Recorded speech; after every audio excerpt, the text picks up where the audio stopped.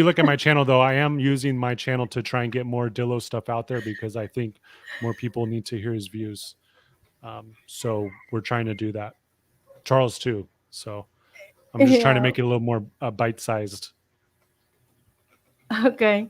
So so mine is the Layman Seminary or Charles Jennings theology, all theology, and yeah.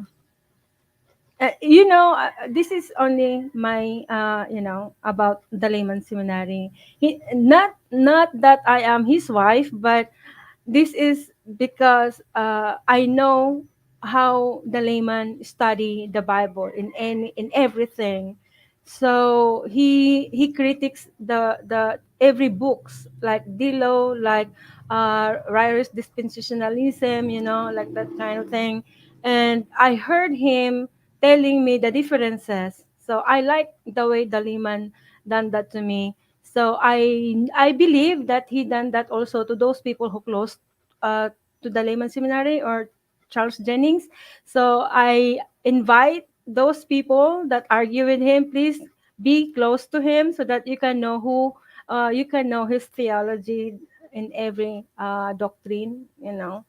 Not by just grow together in maturity, especially talking about doctrine, which is the most important.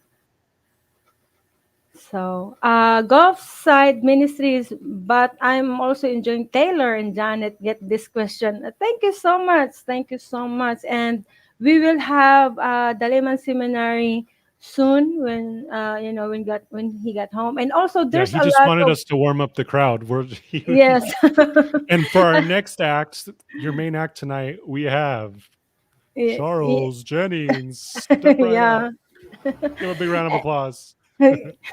Yeah, and also we have on Discord people have this link and hoping that they can all now they able to come over here also to answer the question because each thoughts it's not the same. I mean, we have different thoughts, the way we understand things. So, if we have many thoughts, then our thinking will grow on knowledge.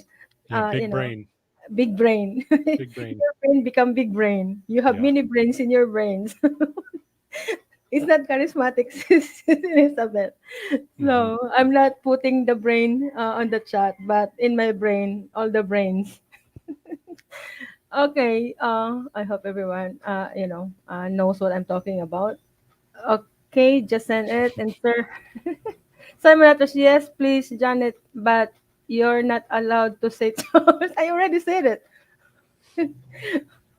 Okay, so Sister Elizabeth love being, Yeah. and My, he know, I know she would say Charles.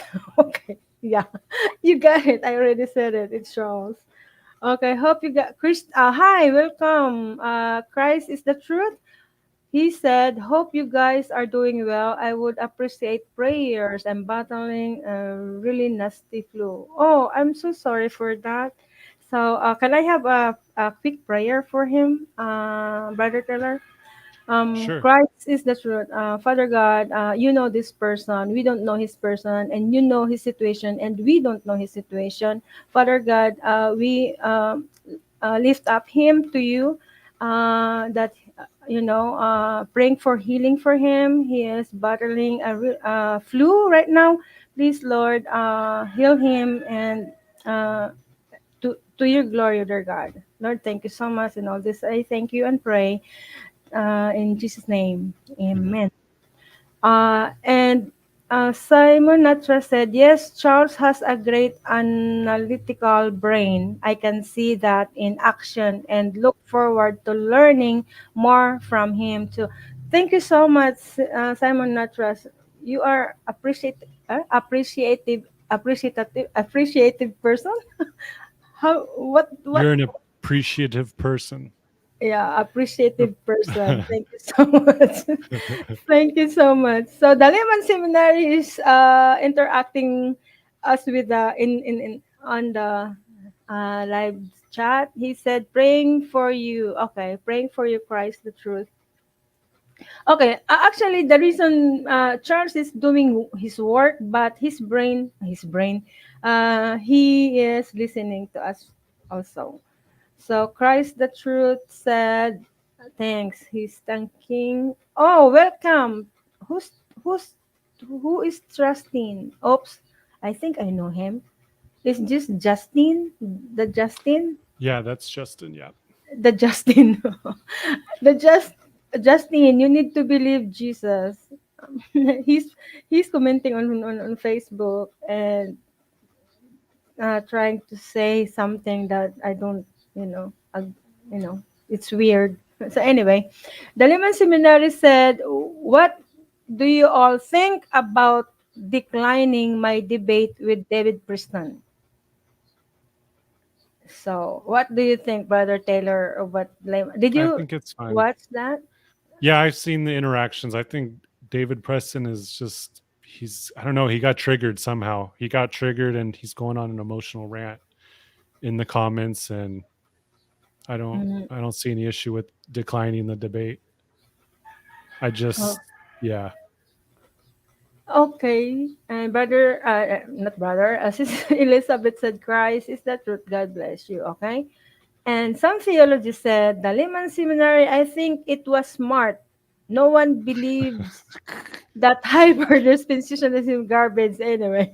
What's that? What what he Well, means by that? he means because David Preston's a hyper dispensationalist, and he's Ah, saying it does, like, it's that, good to not debate him because no one believes what he believes anyway. So it's a waste of yeah, time. Which, I yeah. mean, I don't know. There's good point. He brings up good points. I think it could be beneficial, but I see the reason not to. There's definitely, something got into David Preston, and he's lashing out. So from a professional standpoint, I can see not wanting to engage Hmm. on Charles' side. Well, what do you think, Janet? Because I know you probably had a hand in his decision as his No, wife. I'm just I don't know. I don't get. Meaning, I don't want to get his words into my brain. Yeah, Why yeah, is it yeah. always into Don't my want to brain? jump in there. I don't want to get to have knowledge from him. Hmm. Because I know already. Oh, from David. Yeah, from Yeah. David Kristen. I know already, so I don't want to learn from him anymore. So I better to stop doing that because it will not you know there it will not encourage me to do more Bible study or to have interesting on his YouTube. No, so I better not to listen if the distraction is in there. So I don't want to listen. But Right. I'm listening. Praise I am. It's not. It doesn't mean that praise I am is praise I am is the distraction. I listen. Praise I am because many thoughts. Many people sharing their thoughts over there, and I can Hmm. learn something about that. And I love praise I am because of what he's doing. But I'm praying for praise I am that do more on teaching type of thing Hmm. rather than many people fighting in his channel like Well, what that's why I happened think we want before. to. Right, right. No, I understand. I think that's what we're hoping. This is a more academic approach to what they're doing, and hopefully, Yeah, maybe that can rub off or not. yeah, so that is the reason why we are here starting like this. So, and okay, the Lemon Seminary trying to tell to us that that was Justine, and also Yeah. the logo is the bird. So Simon Natras here again. I am very appreciative, not least because where I live here in the dark age of UK, there is very little. Oh, okay, free grace, and I thank God for that you are there, and hopefully many people will come to free grace in that area, Brother Simon Natras. So, Justine, you said, I believe in the real Jesus. How do you know that you believe in real Jesus if you are not, if you are contradict the Bible? And Elizabeth said, Charles, I didn't know what happened between you and David. Okay. Justin said, not the fairy tale. How do you know that? You don't know that you are the one who telling us fairy tale? you are the one who's telling us immortal soul, but that's not what we understand the Bible. No, free. My goodness, I don't want. Justin is so weird. That's what he said in Facebook.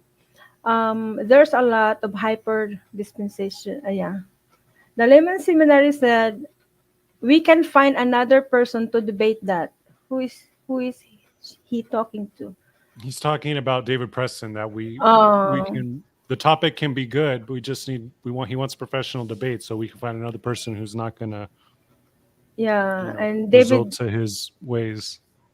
Yeah, and I think he said that David Preston is a distraction. No, you said destruction, and I think he was wondering what you meant by that. You were talking Oh, about okay. praise, I think.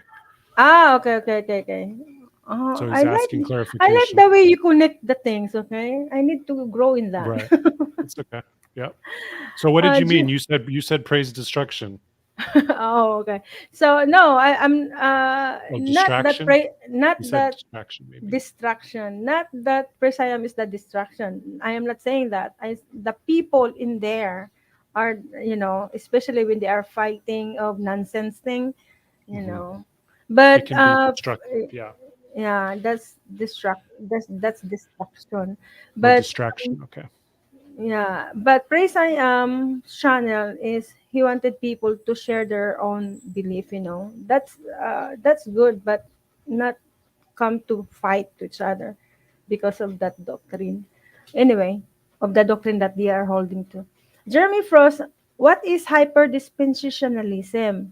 Where Christ kidnaps you and forces you into heaven? What can you say about that? What is hyper-dispensationalism? Where Christ kidnaps you and forces you into I'm, heaven? What I don't what know what he means it? means by the kidnapping and forcing you into heaven. To me, Yeah. hyper dispensationalism means that you don't believe the church started in Acts 2, Yeah. and generally you believe salvation by works in the Old Testament. Yeah, But I don't and know all how that means Christ kidnaps you and forces you to heaven. I don't know what that jump is. yeah, it's confusing, Jeremy, for us. Hey, Janet, Charles wants Uh, you to send the link to WhatsApp, the StreamYard link. Send it to Charles on WhatsApp so he can send it to this Chris. this one, this Yeah, one. yeah, Okay. send it to him on WhatsApp. I'm copying it and pasting to his WhatsApp. Okay, I just did.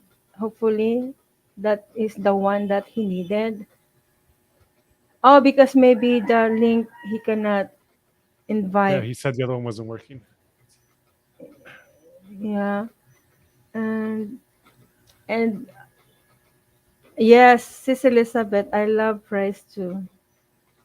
Golf side ministry, they stay up even later than Charles does. I think. Yeah, talking about praise, right? Hmm. So, yay, I can connect now. I can connect. And Elizabeth said they are up all night. Yeah. Uh, I don't know when the time they are going to sleep. Just I have been given the faith to believe that. Oh my goodness, Justin, move on. Oops, where is it now? Um. Okay. For respect for Justin, I show the audience your comments. And since Jeremy Frost said, Elisa, hey, okay. Sorry. Um. Okay, this is the distraction. Distraction. I'm sorry for my wording. Gulf Side Ministry. I sent you message on. Okay, they are trying to get the link. Some theology. Does every knee bowing and every tongue confessing violate our free will if it's done unwillingly? What do you think about that, Brother Taylor? Does Oh, every knee thank you bowing and every so tongue much. confess and validate our free will? Okay. Welcome, Chris. Oh, he is the golf star. Oh, hi. You are static now, Brother Chris, Golf Side Ministry. So try say something. Hello. So I think He's he's probably just working on his audio. We can't hear you, yeah. Chris. If you're talking, check your mic settings. Make sure you're the right inputs in. Yeah. Okay. And Jeremy first said, okay, they are. I was being small. Okay. So hi, brother Chris. While waiting other comments to answer, and we are going to wait. Hi, Josh C. Thank you so much for coming in and I mean to join on the chat. Well, some theology, I guess we have some will. Oh, okay, he's answering some theology. Uh, I guess we have some will. Maybe it's semi-free. What do you think of that, Brother Taylor? Just see. Well, some theology. Well, he's responding to um, Yeah, the but do idea you agree? if every knee bows and every tongue confesses, doesn't that mean we lose our free will? Well, I mean, yeah, maybe for a second. What's your point? Yeah, I what's your mean, point? at the end, this is at the end, right? So, I like that. what's your point? I like that phrase. What's your point? Okay, he came Yeah. So back. Josh is saying, yeah, I guess at that Oops. second we won't have free will. We'll be bending our knee to Jesus. Okay. I mean, oh, he says, Uh, look at Simon's. Pull Sorry up to interrupt. Simon's So comment. can you hear me now? Did I get in? Yeah, we can hear you yes. now. Ah, great, fabulous. Thank. I apologize for the audio difficulties. I was on the I was still on the YouTube stream and not over on the StreamYard stream. Right. Yeah, you gotta. Yeah. hmm Gotcha. Okay. How are So you? Good to good to see you, Uh, Chris. uh, uh, yeah, good man. You guys have been doing a fun. Just I've really enjoyed listening to y'all and just kind of the easy back and forth. Taylor, you have a really nice way of just getting right to the heart of the matter. I really appreciate just how nice and easy it is, man. How y'all doing? Okay this evening? Yep, we're doing good, especially now that you're here, so you can start yeah, taking some questions. There you yeah, go. you can Because share I your get to the thoughts. point, but that's only because I want to get off it. Nah, Just you getting have to stick around. That's the started. rules. So Charles wants us to So look at Simon's content, or can you pull that one up, Janet? It's the Which one where one? it starts with Janet and Taylor. Oh, okay. Simon Atras. Okay. So he says, Janet and Taylor and Chris now, I guess. My Filipino wife, sister, and family are visiting from Texas to the US here in UK shortly. They are Wow. Catholic, so what's the best way, if any, to gently introduce them to free grace gospel? Oh, that's interesting question and love that Uh, question. I mean, the way I do it is, if they're family, they're eventually going to ask, like, so what do you do? What you been doing? And I tell people, like, well, I've been studying free grace theology. And they go, oh, what's that? And then that's how I introduce the gospel.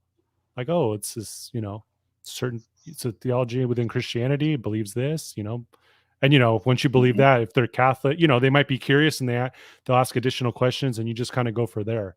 So that's one way I kind of let them ask me about free grace. um, I also have like some little books, like intro free grace books that I know, like Charlie Binks put out one. They're really small, like maybe 20 pages. And they're just quick, like it's a quick intro to free grace. So maybe you could check that out too. I can't remember the name of it. Um, you could show them, some of the channels, free grace channels. This one, mine, Mhm. some little videos. What do you think, Janet? What would you say? Um, I experienced that with my family, my own family, and they are Catholic, and also oneness, and also SDA. That kind of siblings I have, and I shared about the three P's. That's the layman, the layman, uh, always saying about Mm-hmm. how to share the gospel is the three P's, meaning the person of Christ and the promise of Christ and the work of Christ. Oh, Provision.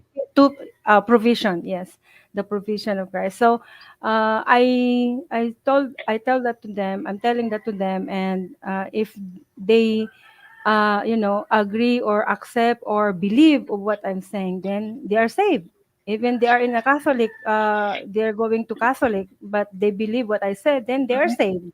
That's not my judgment that they are not saved if after they understand the gospel and then still going to the church and the Catholic. I am not the one who judges them that they are not saved.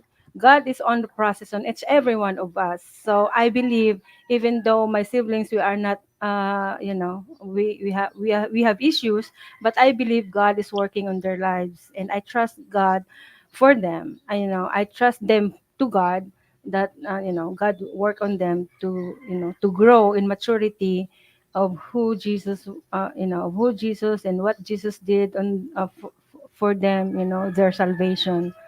Because we like when we are child, when we born, we don't know anything, and we are growing in knowledge of saying ABCD. Then the same thing in the gospel, to those who are not, to those unbelievers, or to those people that who are confused of the doctrine of salvation. So we need to, to follow up, or grab the opportunity when you talk to them, you know, include God's word, and clarify them, of what God doing for them, you know. So I'm telling them about the 3P. That's all. That's when I know that, I started doing that, from then until now. Sweet. How about you, Chris? People new to free grace, they don't know anything about it. You want to introduce someone, what do you do? Yeah, I would say, first of all, I love what both of you. I think some basic literature is always really helpful, and then having a good, clear gospel presentation to work from, like the 3Ps that Janet has, really helpful. I guess my piece to add is it would depend on if you are more theologically motivated or inclined or not. There are some people of us who are really deeply studied and we're good at theological arguments, and we don't have a problem. However, you get into the conversation, we kind of have the arguments marshaled. And if you're ready to have a deep, detailed conversation with somebody, well, then it really doesn't matter the point where you enter into the conversation, because the gospel touches on everything. But most people are not really, they don't have a ton of arguments marshaled. And so what I have trained people in the past to do is take a very testimonial approach. If you believe free grace, pause, forget the arguments for just a second. And this is the former chaplain in me speaking, okay? Just forget the arguments for just a moment, and then ask yourself, why am I free grace? I know the theology, like it's because it's true, and the Bible says there is everlasting life, and there's no conditions to guarantee it. But why? So, like, what did it do for you, and what did it do to you, and what, like, for me, and this is probably the story of most of us, it gives this really deep sense of freedom, and like this weight gets put down, right? And so something like that, if there's a testimony you can touch on, that's really, I find, where a lot of people connect on a personal level. And then if you have the intellectual, theological arguments, you can back them up. So, for example, to put this very practical, it's easy to bring up church. You can invite them to church. They're visiting. Ask them, I hear you're Catholic. Let's tell them blah, blah, blah. You just get the religious conversation started in any number of ways. And then when you get a chance, you can just tell them your testimony. Tell them, like, I could say something like, man, can I tell you, this is true. Right? When I was 18 years old, man, I can relate. When I was 18 years old, I used to literally cry myself to sleep at night. I was on my knees by my bed sobbing, terrified that I was going to go to hell, because I'm looking at my own life and I believe that I'm saved. But then I look at the standards and I realize they don't measure up, and I just can't honestly say. You know how it feels? You just kind of just give people a testimony. Say, you know what got me out of it is just when I just give them the gospel. I came across John 6:47. Have you seen John 6:47 before? And just make it very, very testimonial. And so I just think if you're able to talk to people on the level of your personal story, then there's a personal authority that comes out of it. And what I mean authority there, I mean it connects on a heart level with people. I think that sometimes when it comes to apologetics, we can get so focused on the arguments that we can sometimes forget that we need to connect with people, as friends, and as family. And this is what it did for me. So I have found that, again, having been a chaplain and having literally sat at the bedside with over 1,000 people as they took their last breaths, I'm telling you that in practice, that's what I found worked, a testimonial approach. Awesome. Yeah. Thanks for that. Yeah. Thank you. And I'm sorry. The lemon seminar messaging me on WhatsApp. It's distract the mouse. The mouse. It's not the mouse. The mouse that in the mouse. Sorry. Now, Elizabeth. Okay. Wait. I'm going to pin on what Natra said about where is that? The response. So Simon Natras is great answer, guys. Thank you very much. I like Taylor's idea of sharing what I have been studying, and the 3 P's is great to person, provision, promise. Chris, autobiographical is great intro idea. Wow, I summarize our yeah. Thank you so much, Simon Natras. And I'm going to go back on our question. Okay, that's done. And now Jeremy Frost, Elizabeth, Evan, okay. And we have Josie, just okay, he was responding, Justin. Some theologians said, do you believe in Saint Hodge's atonement theory that we no longer have a sin problem? I don't agree. Explain why. Okay, because we already we we have this what should I say? That might be a slight misrepresentation of what Zane is saying. I think if I can interpret some theology charitably here, when Zane argues, and maybe somebody knows Zane's view better than I do, but as I understand Zane, and I think I get him here, when he was saying is that he is speaking as a universal atonement, not universal salvation, but universal atonement, and that literally that the barrier of sin has been entirely removed. That is the problem that's been removed, is the idea that what's separating us from God for Zane is no longer sin. And so Zane will say, and I agree with this much, that no one goes to hell for their sin. They go to hell because they die in unbelief, and you get that from the Revelation, Great White Throne Judgments. They go to hell for not being the book of life. I think that Zane might object to characterizing his position as not having a sin problem, because clearly we all still struggle with sin. That's especially if you did Romans 7 as Paul did. I mean, as Zane did in front of the present Christian experience. And so, how do you overcome the sin in your day-to-day life? And I think different free grace people answer that slightly differently. So I'm not exactly sure how precisely some theology understands a sin problem, but it feels like he might, maybe I'm misinterpreting some theology, be suggesting, well, Zane thinks that we don't struggle with sin anymore. If that's what he means, then that's not what Zane was saying. But I could have misunderstood. I'm sorry for distracting. Chris, what do you think? Because if you said no one goes to hell because of sin, but then they die in unbelief and go to hell, isn't unbelief a sin? So doesn't that negate what you said? So unbelief is a sin, but according to Zane, and I would agree with this, it's not the sin of unbelief for which you are condemned. It is the effects of the unbelief. Specifically, when you are sin, when you don't believe, you are dead in sin. You don't have eternal life. You've not been regenerated because you're not alive. And so it's an ontological claim. I am not in the book of life. And therefore, when I'm raised from the dead, I'm raised as a dead man. Got it. Would it be better to say that rather than you go to hell because of sin, what about you go to hell because you don't have eternal life? Is that an appropriate thing to say?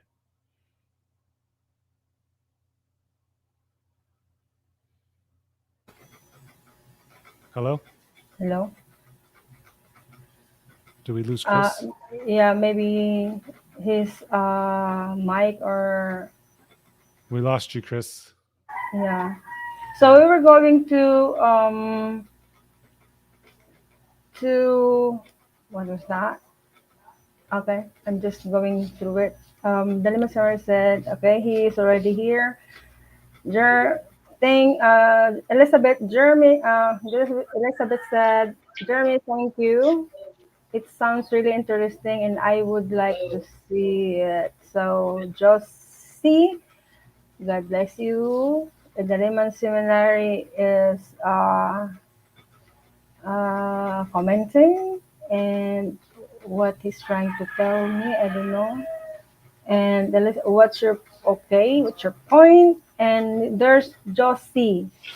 Josh C said it's a semi free will kind of life, baby. Baby, I want something else. I'm not listening when you say goodbye. What he means by I think he's quoting a song. I think he's making a play on a song. Okay. So some theologists said, does God accept what's that? What's that? Chord worship? Does God accept coerced worship? Because he's really trying to hang his hat on the whole every knee will bow, every tongue will confess, and so he's saying that's coerced worship. So does God accept that? You know, why is he going to make people lose their free will and worship him? It's like an attack. So just ignore it. Okay. And I mean, I don't think the point there is to get that he wants everyone to worship him. He's just saying there's going to be a time and you're going to acknowledge, no matter what, whether you're saved or not, people are going to, they're going to acknowledge me. So it's not like a positional type of worship. It's not like that. And some theologians said it's okay with worship. Why wouldn't he just make compatibilism true and set up compatibilism true and set up a universalism system? What he mean by that? I don't understand. And what is the layman trying to tell me to show? Oh. Go ahead, Chris. Try and talk. Go ahead. Sure. Can you hear me? Yeah, we can hear I was gonna touch on the compatibilism. Compatibilism is a particular approach to the free will determination question. And without doing a whole long lecture on it, hard determinism is just the view that there is no free will. So this is what we accuse Calvinists of all the time.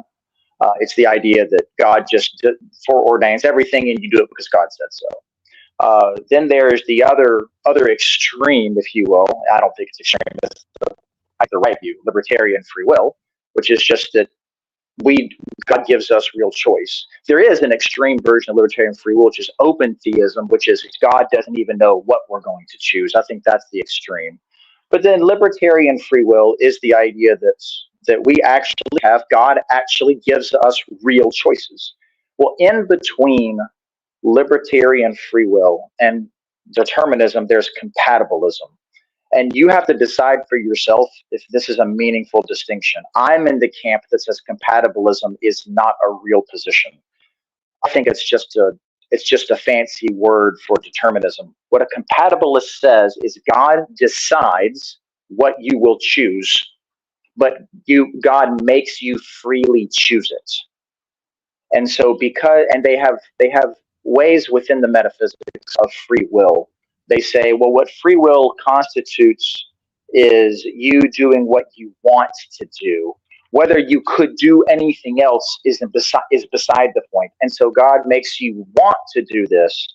So because I want to do this, I'm freely choosing it. And so what some theology is asking is, why wouldn't God just set it up so that everybody wants to believe the gospel, and he gives them the sufficient conditions that they all want to believe the gospel. And then what happens is everybody believes the gospel and is determined that they do so, but then they have freely chosen to believe the gospel. And I am just of the view that, as nice as that sounds, I think that it's incoherent, because I don't think that's actually what free will is. It's a philosophical question, and I think that misunderstands what free will is. It sounds like something that they created after they came to certain theological determinations. Like it seems like it's an argument created to read it back into verses and like what's going on. Is that Yeah, you're right. So it is actually. If you look in the history of philosophy, there have always been strands of determinism in philosophy, and philosophy and theology have developed side by side. And so there were deterministic elements in Augustine, but there were long before Augustine. There's deterministic elements in Plato and Greek philosophy. There were, by the way, there's this myth out there that all the Greek philosophers were determinists because of the beliefs in fates. Greek philosophy was no more monolithic than Christianity is. There were different people who believed different things. But anyway, the point being that, yeah, but this also happened in Jewish philosophy and theology. It happened in Islamic philosophy and theology. And over the course of the Middle Ages, especially, when the argument that really came out of the divine nature. If God knows and causes all things, then how can we have free will? That's how Augustine and the Neoplatonists got to that question. Well, because they wanted to have free will, one of the answers was they read it back and it said, well, maybe we need to redefine freedom to be what we want it, doing what we're desiring to do, and then God just gives us desires. And that has become really a position that's been defended by a lot of Calvinists these days. And it's not a position, again, I don't think it's the right view, because I think that it's just a way to justify your determinism. I think compatibilists ought to just into their determinism and just bite the bullet. I don't think that because they're using the word free will differently than we are. Right. Yeah. Because you would say if God set it up that way as he's suggesting, then there's no free will, right? It's not libertarian. Right. That's what I would say. Yeah, I would just deny that compatibilists have a free will at all. So they're just what I would just reduce some theology's question to is, well, you're just saying, why didn't God just determine everyone to be saved? And then we go back to my original answer. The very, very first thing I said when I was in the comments, which is that we have to decide if people have free will. What some theology is basically saying, whether he means this or not, is if free will entails some people can use that to go to hell, then he's going to reject free will. But because he doesn't want to think, but I'm assuming he believes in free will, maybe not. So then what you have to do is you have to just say that there is no hell, so that people can't use their free will to go to hell. But at this point, we're so outside the bounds, really, of free grace theology that I don't know that it's not. I don't think in a debate setting it's a very strong argument against free grace soteriology. You're in some really deep philosophical waters, and I think he's going to have a hard time defending those if he gets into the weeds on at this level. And it's hard. It's not easy stuff. Speaking of debates, do you have any more coming up, Chris? I do. I'm going to be debating with Robert Sungenis, who's a Catholic apologist here. And then after that, I think Charles and I are doing another. It's not really a doubleheader. We're one night and another. We're going to be discussing John 15, since that came up in our discussion with Chapa. I'm going to be talking to Turret and Fan, and Charles is going to be talking to Chapa this time. Great. What's the Robert Sungenis one on? Just free grace versus Catholicism, or? Yeah, the actual question that we're discussing is is justification by faith alone. So I'm gonna do my normal thing. I have 3 arguments that I think that it is. If someone tells him this in your preview, I'm gonna start with I'm going to take on his arguments on James 2:24 and then Romans 2 as my opening 6 or 7 minutes, and then I have 2 independent arguments I'm putting forward that justification is by faith alone. One based on John 6:47, and also Romans 3 about faith is a sufficient condition to be saved, which just implies it's sufficient to be justified. Since I would argue everyone who's saved is justified, you can't really. I don't know how you deny that. And then I'm actually gonna. I'm really curious how he's going to respond to my third argument, because it's a bit more aggressive. I'm going to argue that not only is justification by faith alone, but sanctification by faith alone.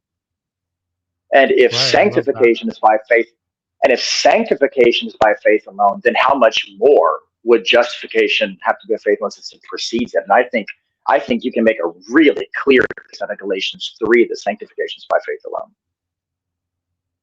Well, yeah, that's the whole point of our works being tried by fire, right?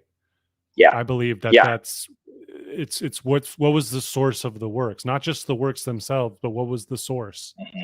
And if it's in faith, if it's out of the faith principle, those are rewardable. Right. But exactly. if it's out of deceit and greed and all these sinful motivations, then there's no reward for that, even though outwardly it looked good. Precisely. So it sets a nice little trap up, because if he responds that way, which is kind of what he has to do, I'm kind of baiting him into arguing that there are meritorious works and non-meritorious works, and meritorious works come out of faith. And so if faith is the root of rewards, well, look what is the root of, if faith is the root of meritorious works, then what he's going to do is a faith working through love kind of thing. Well, look at the great irony is what I get to actually say is, well, Robert, you actually do believe that justification is by faith alone and sanctification is by faith alone, because you're making it all about faith. You just define faith differently than I do. But you still are going to say it's by faith. So the issue is no longer if we're saved by faith alone, because we are. Now the question is, what do we mean by faith? And that's a different discussion, and I'm perfectly willing to have, and I'm on even stronger grounds there, because the lexical definition of faith, it just is to believe or trust. You guys come with your this is the argument of lordship salvation all the time. It does not mean allegiance. It does not mean faithfulness. There's a word for faithfulness. So it's by faith. So I think it's a pleasant little argument to make. I'll see how it goes. And what's the date on that debate? I want to say it's the 18th. I think I have to check. All right. The Standing for Truth channel, but I think it's the 18th, April 18th, I believe. And if anybody's interested in, keep an eye out. I'll make a community post on the Gulf side, but I'm going to have a non-free grace discussion with Chapa on his channel. We're going to try to dual stream it on mine over Molinism. That's a technical issue in theology proper, which I think ultimately will have some implications for free grace theology. I think most people in the free grace world who look at this stuff at all are Molinists, and I'm not. I'm a classical theist, and so I'm for anybody listening to Charles, I'm in the minority on this issue. So you probably should go, oh, why is Chris a heretic on this issue? Yeah, I don't know enough about those topics yet, but. It's okay. I don't want to derail the conversation. It's a hobby horse of mine, so I won't go there. Well, you're just glad to have another free gracer debating on SFT's channel. So thanks for stepping up in that sense. Absolutely, I've enjoyed it tremendously. I still watch all of Charles. Charles is really, really good at and I want to hear this. He lied up and tough. But Charles is really good about he responds to everything so quickly and succinctly. It takes me. I'm a little more. Let me gather my thoughts and put a formal argument together. And Charles is like machine gun. Boom, boom, boom, boom, boom, boom. It's like, wow, man, that's impressive. Yeah, that's why he can rap. He's got a lot under his belt too. So I think you'll get there hopefully over time. Yeah. But yeah, he's smart in that respect. Thank you so much for saying things about the Layman Seminary. Yeah. Yeah, I'm still learning from him. And earlier, a person wanted to come over here, but news unit broadcasting, he want to the link, the open mic. I think he want that, but We are not doing that. That's not this about. We want all free grace to be, um, the involved free grace need to notify first from the Layman Seminary.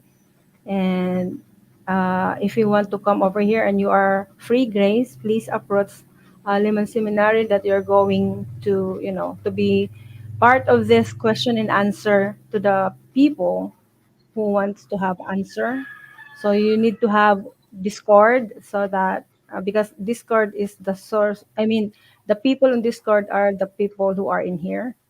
So, but you can also have link like what Brother Chris is. He is come to this chat to this live chat and got the link from the Lehman Seminary.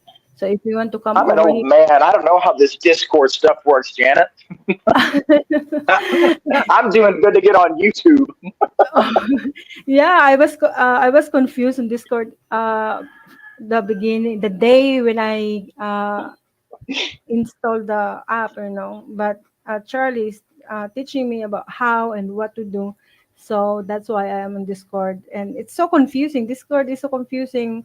You need to have this, and able to get in that, how is that, in that group, you need to do something. So that makes me confused. So anyway, everything needs to learn and needs to study so that we can learn everything. So new apps need to study and learn, especially, yeah, especially the Bible to those beginners. Anyway, so we have this. Nariman Seminary said, okay. Elizabeth said, hey, Redeem. And Redeem said, okay, Redeem said, good to see you, Elizabeth. Simon Natro said, great answer, guys. Thank you very much. Okay, this is what, okay, I already have this earlier. Oh my goodness, I'm beyond the time. And said, oh, it's about Justine. Oh, by the way, I already black. I already moved Justin to this streaming because he is saying things weird. So, and as Elizabeth said, he heard the roster. Yeah, I just heard now, and please be aware of that. The roster not answering the question to all of you guys. He just want to distract us. So, yeah, be aware of that. And the Lemon Seminary said, Sis Elizabeth talking about what he said. Charles, okay. I wasn't sure. I don't know what he's talking about. And Liliman said, are you supposed to ask question, not make accusation? Who is he referring to? Oh, he's Justin. Okay. Never mind. Some theologians said, he said, we no longer have a sin problem. We have a son problem. What he means by that? A son problem? We have no longer have a sin problem. We have maybe we have a sin problem. So no one to say something about that? I've not heard that. Taylor, have you heard that's a nice way to put it. Is that if he says sun problem, we don't have a sin problem.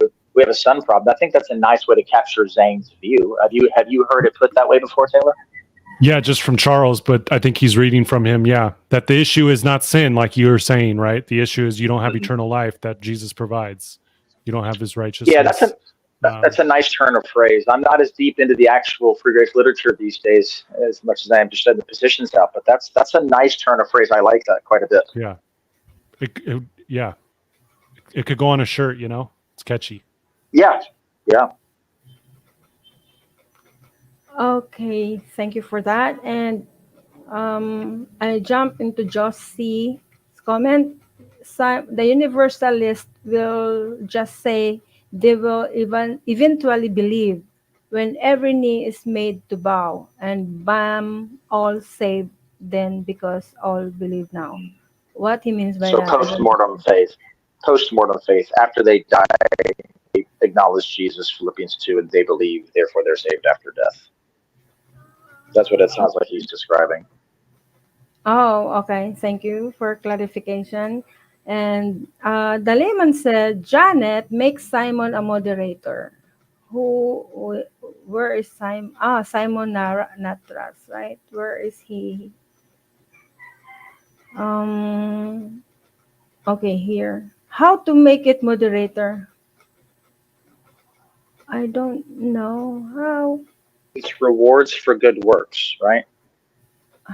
How to make where? Where to what where should I go to make him moderator? I don't know how. So please make him moderator when you are coming here soon. I cannot. I don't know how to do it, and you need to teach me first before I able to do it. So okay, and here we are again, Justin. Anyway, so some theology said, how long does hiding a user last? What he means by that? How long does hiding a user last? I don't know that. Welcome, what's that? Eftera? Josie, hopefully you saw the, okay, I don't want to. Guys, put the question that you wanted the free gracer answer your question. It depends theology. 800, 86K seconds is an option. And what he means by that? And so is 50 seconds. I don't understand what he's saying.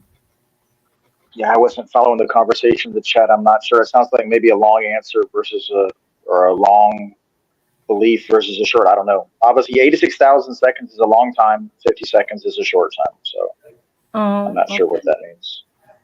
So any Maybe question, that's how guys? long. Maybe that's how long hiding a user lasts. I don't know. Okay. So Simon Natro said, wow, Chris debating what? Who's Shin this? Genis, the guy I'm debating, the guy Oh, that okay. I'm debating. That's no walk in the park. He really tried to Hmm. play hardball versus Bon Wilkins years ago. Oh, really? Yeah, he did. He pushed Bob pretty heavily. I think that Bob um, held his. We're going to have a different format than he and Bob did, and I think that Bob did well. I don't know that Bob didn't have the opportunity that I did. So I've had a chance to listen to he and Bob, right? So I kind of have a sense of where he's coming from. But yeah, I don't want to say it's going to be a walk in the park. I'm not terribly concerned about it. Okay, Simon Natras is confused. He said, wait, is it Chris or Justin, the golf guy? I'm confused. Clarification, please. Chris is the golf guy. I keep hearing people say that Justin is unstable. I don't make that claim. I'm just saying Chris is me. I'm the golf guy, golf side. Oh, okay. Okay. Oh, this is welcome, Golden Rule. How much free will does someone have bound up in deception? Anyone to answer that? How How much much free free will will? does someone have bound up in deception? Um, I wish I could hear him clarify the question a little bit because I'm going to try to answer it as best as I can interpret it. If I am deceived, I think the question would be, if I'm deceived, then am I still free? And the answer to that in a classical sense, again, people are going to answer that differently depending on how they nuance free will. But classically, the argument is actually that you have less freedom when you are deceived. If you're deceived, there's something you have your intellect or your will is not working properly depending on the source of the deception. You may be deceived just because you literally physically you misperceived something. You may be deceived because you chose not to believe something you should have believed. So you may or may not be morally culpable for that deception. In any case, on the Mhm. classical view, if you are deceived, that limits your free will. But again, the question becomes: it depends on the nature of your deception. Is that deception because you simply have misperceived something, or is it because you're morally culpable? And you have to for that lack of free will because you put yourself in a situation where you just declined to believe the truth, that sort of thing, right? Not all deception. So you can be morally culpable for some deception, and other deception you're not morally culpable for. Yeah. If I lie to my 5-year-old child and my 5-year-old child believes me, is that his fault for believing daddy? Well, of course not. But if the Pharisees refused to believe in Jesus because they loved their own sin, were they responsible for that? Yes, they were responsible for that self-deception. Yeah. So the answer is a big, giant, long, but it depends on why you're deceived. But it does limit your free will. Deception limits free will. The question is, how culpable are you? How much responsibility do you carry? How many of your own chains did you lock? Okay, so now we're going to Josie. Universalism is a speculative doctrine at best, taking some verses from Paul's letters when all mankind is mentioned. They say God forces all men to get saved no matter what. Where is that? If they hate God, so whatever. I don't say that it's forcing something. God No, forces Josh everyone. is talking about Josh is talking about universalism. That Oh, universalism says that okay. God forces all men to Yeah. get saved. So yeah, that's part of that they see that as a feature, not a bug. They would say, well, when everybody sees Jesus, they're going to want to be saved. Well, Mhm. that's the speculation. Maybe so, maybe not. Yeah. That's part of the question, right? And Yeah. even if you want to get saved, is the possibility available to you after death? Mm, That's the question. yeah. So But thank you for that. Okay, go ahead, please. no, it's fine. Go ahead. Okay. And Sis Elizabeth said, I have, okay, I hope I have Facebook friend that's universalist. Yeah, many on Facebook have that kind of people believe universalism. Um, Redeem, what's rogue molecules? I hope I can say correctly with the name. I had a friend that believes all religion were true. Uh, I I hope. Okay, can you say something about that? Do, what can you say about the people that believes all religions are true? Well, it's just obviously false. You just have. I've had some people argue that before, and this is where I think just some standard apologetics training helps. If someone says, "I think all religions are true," well, you say, "Well, Christianity as a religion says not all religions are true. So is Christianity Mhm. true? Well, yes, but Christianity says not all religions are true. So that means all Mhm. religions are not true. Islam says all religions are not true. And then you have the problem that different religions, so Buddhism denies that there's a God at all. Christianity says there is. The big one, of course, is Christianity says Jesus rose from the dead. Islam says that Jesus didn't even go to the cross, that Judas was put on the cross. And Judaism, Mhm. of course, just thinks that, yeah, sure, Jesus died because he was a heretic. So all religions can't be true because all Mhm. religions don't make the same claims. So Yeah. which claims are true and which claims are false? And then for me, what I do is after all that, I tend to go, great. So now we've had a little academic that doesn't mean anything. Let's talk about the gospel. Is it true? Forget what other religions are true. The Bible says that Jesus physically died on the cross, that Jesus physically rose from the dead 3 days later, that Jesus is God in the flesh, that if you believe in him, you live forever. Do you believe that? So I just Mhm. take it back to the gospel. Yeah. Oh, welcome, brother Mark. Thank you so much for coming over here. So, how are you? You are muted. Is Good. that your One moment. I'm rooster, working on my Charles? audio. I Sorry. mean, Janet? Yes, that's The my rooster's here. yeah, the roosters here. Yeah, so I read some Hey, comments that Mark. my rooster praising Christ. Where is it? I want to post that. So hi, brother Mark. How are you? He might be like me, having audio problems when I first signed on. Oh, so anything to say, brother Mark? Is Brother Mike's talking now? I cannot hear them. I hear him. Okay, so we were going to Josie said Romans 3:24 being justified freely. Yes, freely by his grace. So anything to add that? Amen. Yes. Just amen. I don't know. I don't, what was, did y'all check the conversation? What's Josh responding to? That's, I'm sure he's responding to something. I just didn't know what he's responding to. Oh, Not sure. I'm way beyond the comments. Wait. Can you say any question or something? My goodness. Bigs up to the rooster. He is conditionalist like me. Jeremy Frost. You heard that now? He agrees with you. He is a conditionalist. I have the Alice in Chains song stuck in my head now because y'all keep talking about the rooster. If anybody knows that song, you now feel my pain. Mhm. Okay. Mark, are you there? Is your audio not working? Yeah. If you're talking, we don't hear you. I'm having trouble with my audio. Yeah, I'm working on it. Oh, now we hear you. There he is. Yeah, we can hear you. Yeah, I'm still working on my end now. Just a minute. Okay. So we are talking about the rooster, and Simon Netro said, "Sun, not sin problem."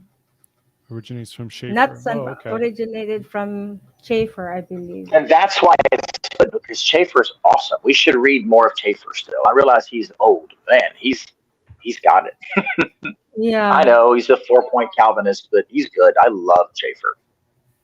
Yeah. He's the still one of my Schaefer- go-tos. Yeah, all the people in Schaefer is so awesome. They are so I can't imagine how their brain works out. They are so amazing. Mhm. That's where Charles is attending, right? Schaefer Yeah. Theological. Is that where Yeah. he's going? Yes. Great school. Yes. In Schaefer Seminary. So guys, if you want to study the Bible in seminary, Schaefer Seminary is, the one that the That's a good one. best for good one, or the best, I think, for free gracer. The Schaefer Yeah, they're Seminary good. is our free gracer seminary. Some theologians said it is possible to hold these two views simultaneously. One, I am loved by God, and two, I will be damned when I die. What he means by that? Anything to say? Yes, Well, you can hold those together. But Taylor, did we lose you, or you still I'm here? I here. haven't heard you say anything for a minute. Okay, that's fine. I didn't want to just Is it possible to hold take these up two views? everything. I am loved by God and I will be damned when I die. I mean, yeah, but I'd say your concept of love is faulty. But Right.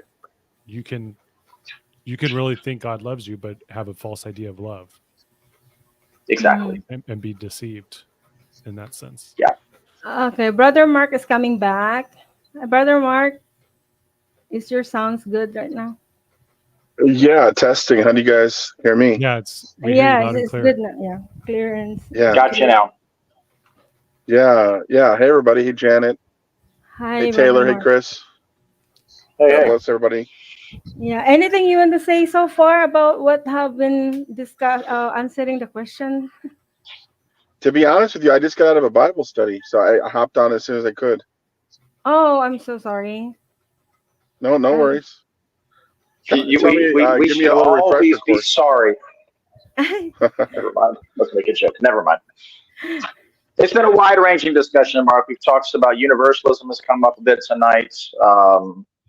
I think that's kind of it's kind of come up several times, just because some theologies have some questions in that area. Oh, Taylor, yeah. what was the big thing? Sin problem versus son problem came up, but that's all Okay. kind of in the universalism context. That's kind of been keeps popping up from time to time. I Which is a peeked in perfectly there fair earlier and I question. saw some theology, and Justin I saw was in there a little bit in the side chat. So I figured you guys might have to deal with some of that universal stuff. Yeah, it's good. Mhm. I don't know how much longer you're going to go, but I just, like I said, I hopped on as soon as I got a chance to. So I'm sorry I was late. No, I think the point is just to kind of hang out and just chat with anybody who has any specific questions, that just to kind of chat for a bit and then just kind of talk amongst ourselves. Charles is just, and he and Janet are just kind of making this space available to some free grace folk like us to answer questions and chat amongst ourselves. Okay. Yeah. So And Taylor was on first, Morrison, is that, man. Charles this said is that Chris you're going to Morrison, be. right? Yeah. Yes. Yeah, I thought so. I was just double checking. Yeah, church will be coming home soon. Mark, Charles And said you'll be here Monday, Wednesday, Friday, running the Yeah, show. whenever I'm not occupied with something, I said I'd be here. Sure. Awesome. that's You won't be great. occupied with anything Yeah. because nothing's more important than the gospel. You will arrange your schedule accordingly. Well, it's actually 2 Bible studies. That's awesome. Good for you, man. That's cool. What did Okay. you guys study? What are you guys studying? Like I guess it'll be a plug for Discord for all the people. Charles has got a Discord server, so I guess I could plug that. But in another Free Grace Discord server, we studied Ephesians 2, 8 through 10. But tonight we just really focused on 2. Faith. Nice. Is it through faith or by faith? Very interesting, right? Is it the Calvinist version, or is it? Do we acquire it and it's a act of God? Is it the? Boy, I'm weak on Greek. Maybe one of you guys is stronger on it, but it's in the perfect tense. So the salvation is a complete act of God, but we enter into this by believing or faith. But the faith is not the gift; it's the whole package of salvation. So it was really good. Right. Very good study it was. Mm-hmm. Very So good. everybody out there listening, we have several Discord channels for free gracers to fellowship and grow a little deeper, including you, Chris. I don't know if you. I tried to go on Facebook one time and recruit fellow Facebook free gracers, and I don't know if people understand the dimension of Discord. It's very useful for various things. One of them would be like a personal server for like a fellowship group if you happen to have a need for something like that. A second would just be a database for your own. Yeah, go ahead. Yeah, I'll mention it to Dominic Michelli. He's the young, cool, hip guy. He's not really any younger than us. It's just he's into like the whole. I was saying earlier on, I don't really understand a lot of. I'm doing good to get on YouTube, but I actually would like to learn more with the Discord thing. I know things are happening over there, and Dominic Michelli is pretty good about that. I bet that he would probably be able to get the word out among the Facebook groups, because he's really active over there, as am I. Yeah, so, actually, Dominic just lives down the road from me. Oh, sorry, go ahead. Oh, does he? Then you know him really well. Then you know what I mean. How is he's acting? Well, I don't know him personally. He lives about 30 miles from me, but he lives really unless he moved. I'm in Indiana. He's in Indiana, but I know where he lives in Indiana. So unless he moved, I hope I didn't out him. Sorry. Yeah. No, that's all right. Indiana's a big state, everybody. You don't know where, haha. Doxed! You just doxed him. No, kind of. Well, half. I partially doxed. I think there's there's a Brazil. There's an Indiana in Brazil. It's a city, so I think that's what I'm talking about. Well, if that makes you feel better, I'm in Naples, Florida. That's the actual part that I'm in. Naples, Florida. It's a small town, so you can dox me that way. There you go. That's for a few more weeks, a few more months. But I did try to talk to him briefly about that. The Grace Zone app, when it came up, he did put arenas. He did put Amazing Grace in there. I believe they are in there, if I'm not mistaken. So yeah, we need to get more of them in there. Charles has got to serve. Yeah. I'll talk to him. Yeah, sure. Awesome, thank you. Very good. Yeah, what it's good for is Bible studies, prayer meetings. You could do camera on. I mean, it's a lot like Skype, but then with a really intensive like what would you call it, Taylor and Janet? You could have channels for every category you could think of, from prayer meetings to just information. Yeah, it's more organized. more. Yeah. You can have separate channels for certain topics. So, and then you have general chats for just, hey, how's everyone doing? And then you can take conversations to different channels and talk about deeper things. They have voice chat, video chat, share screen. You can watch things together. You can play games with each other on there. It's awesome. I mean, it's for video game. It's a video game platform, but I actually ran a business out of there for a year and a half. I actually used to organize my business. It was pretty cool. Wow. Oh, Sean's here from Rev Reads. Hey, Sean. He said, "What are we talking about?" Oh, Sean, I love Sean. Hey, Sean, love your channel, Sean is the man. Love that channel. I tell everybody about it. If you want reviews, he gives the truth, whether it's for free grace or against, and if it could be useful or not useful. Love it. So yeah, hey, Sean. Yeah, Sean, we're just having Sean, an kind of discussion. Go ahead. Go ahead. No, go ahead. Go ahead, Taylor. Go ahead. We're just having an open mic discussion. So not talking about anything in particular, but we have been discussing just answering questions in the chat, and that kind of led us into Universalism and some other topics. But yeah, just something I think Charles is trying to run more often on this channel so that we can have just more open live streams rather than focused discussion. And Danny here too. C4C.com. Oh yeah. I couldn't go back. Let me ask y'all. Listen, seeing Sean and Danny reminds me. Have y'all all gotten? Are y'all aware of Lazar's 5 Points of Grace book that just got released? I think he's there yesterday. Oh no! I love his book on Chosen to Serve, though. But yeah, interesting. Hey, one of you guys, Danny or Sean, would y'all drop that link in the chat? Everybody needs to get that book. It's only 80 pages and it's free right now. I don't know if it's going to stay that way forever, but it's free right now. Janet, do we have time to throw them a link to have them come on and say hi or no, if they're willing? I think you have their contact. I cannot pin the link on Open Mic. Oh, you can't. Yeah, Sean, I know you're aware. But if you have Sean, I know you are aware. Yeah, no, Sean Lazar is Rev Reads. This is his tag. Right. And yes, Simon Lotus, that's Daniel's new book that's out. C4C Apologetics has a book out. It's Lotus. Did you say Sean Wilson or Lazar? Oh, I'm sorry, I'm confusing them. No, Sean Lazar is not in the chat. Right. Sean Wilson from Rev Reads. Right. Sorry, Sean. Yeah. Yeah, Lazar is not in the chat. This is a different Sean. Yeah. But still. But he does good review of Sean's books, though. Excellent job, Sean. Yeah, check out Rev Reads. He does book reviews. Good stuff. This is so cool. We have Chris, Sean, and Daniel here. This is awesome.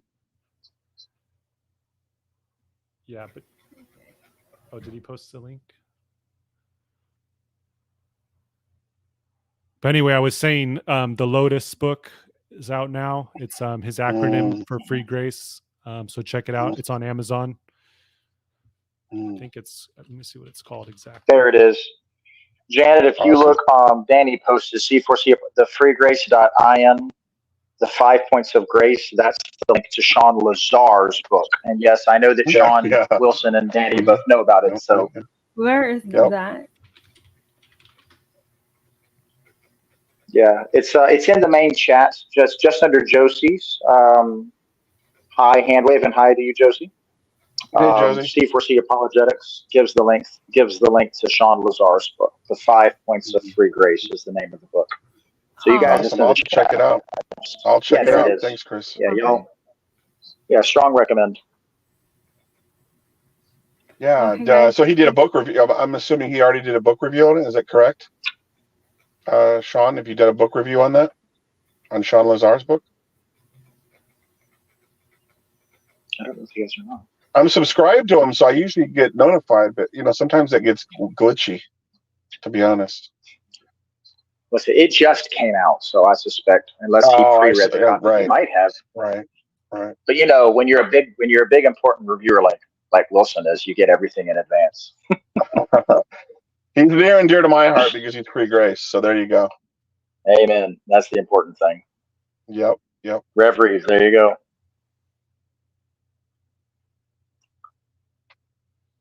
That reminds me of people out there. If you guys run into a guy named called Warren, he's been on the circuit for a few years now. He used to be a Calvinist. Now he's, I guess I don't want to say he's an Arminian, but I believe he believes in dynamic omniscience. So he's more towards that open theist category. He goes by Idol Killer, Warren McGrew. Are you guys familiar with him, anybody? Yeah. He seems like a lovely gentleman. I would love to talk to him sometime on this channel. I know right now he's a conditionalist, but he seems like a sincere, genuine person. If anybody knows that guy, let him know that Layman's Seminary, some people on there would love to talk to him and dialogue with him sometime. I would be open to listening to some of y'all have a conversation with him. He would be an interesting conversation to have. He is really closely associated with the provisionalist movement in general. Drew over the perspective. Yes. So if somebody knows connections with them, that'd be the way to do it. Yeah, through all those got provisionalist perspective. What is it? Leighton Flowers and Drew. Yeah, I forget the other guy that used to write. Yeah, that would be a way to do that. Danny was asking a minute ago how we foster community, and I think that a conversation. This is actually a good one to have because. So I'll use me as an example. I would have a lot of trouble connecting with Idol Killer because my starting points are really, really different on what it means for God to be God. But the gospel, if we could have a conversation on just the gospel about free grace, I think there's a unity that's possible in soteriology that then we can then work through some of the other differences, be they theological differences, and I mean that theology proper, or be they pneumatological differences. Like I don't know, we're so years of me disagreeing on this. I'm really okay with charismatic free gracers. That doesn't bother me. Yeah, we have a different view on the Holy Spirit, but look, if you've got the gospel right, I'm going to go shoulder to shoulder with you on this stuff. Yeah. I would say Warren would be somebody that I want to talk to soteriologically first, and leave everything else for secondary issues. Mm-hmm. I agree with you. The starting point would be quite different, I suppose, on God's.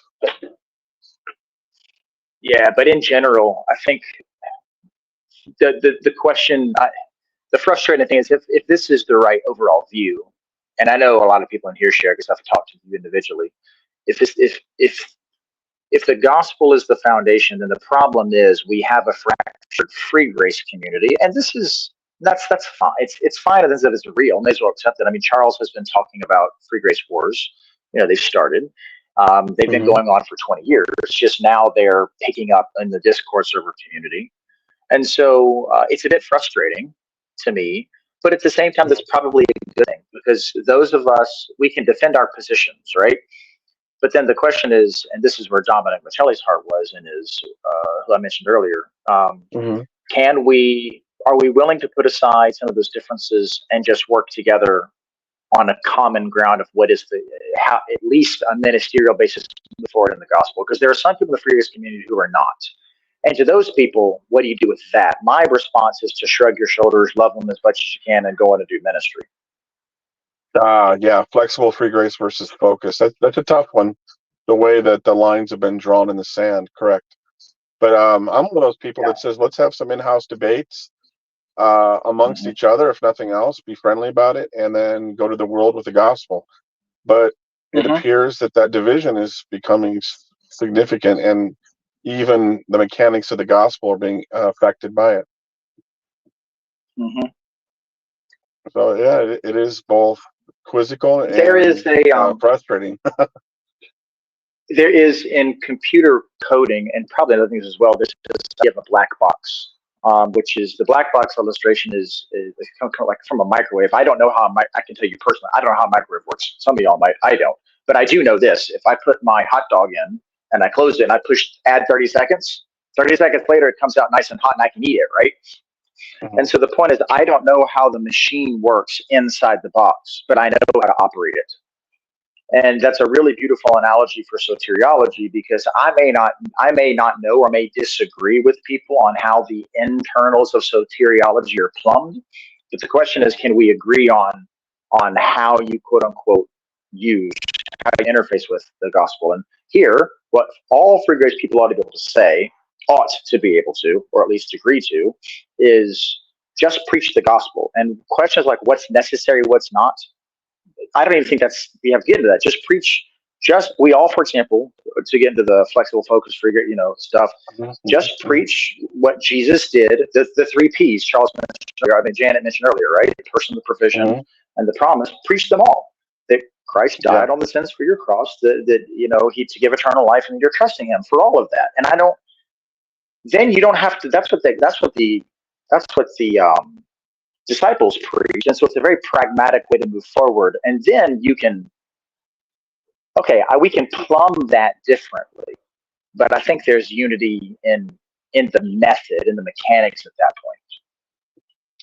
point. Yeah. I've actually been one that's kind of taken the middle ground and said, look, whatever side of this you fall on, here's the litmus test. The person in front of you, do they believe or don't they believe? Why don't you believe? Ask them the question. Then they will tell you, this is why I don't believe. And then you just fill in the blank. So yeah, the person, the provision, the promise. Now, what does that mean to you? Well, I don't believe Jesus, because how could He be God? Well, if that's stopping you from believing, let's talk about it. So everybody has their own built-in veil and litmus test, and they are the ones that will. And the funny thing about that is God gave them the ability to tell you why they don't believe, and that's the wonderful and fascinating thing about it. So let's just talk to them plainly. Person, provision, promise, and then what else? What's stopping you? Is that enough? Do you need more? Let's go. So I always say it's right there in front of you.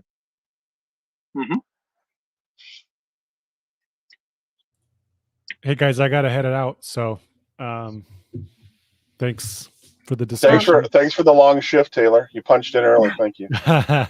Yeah, thanks guys, and look forward to the next live stream. Thanks, Janet, for starting us off too. It's appreciate.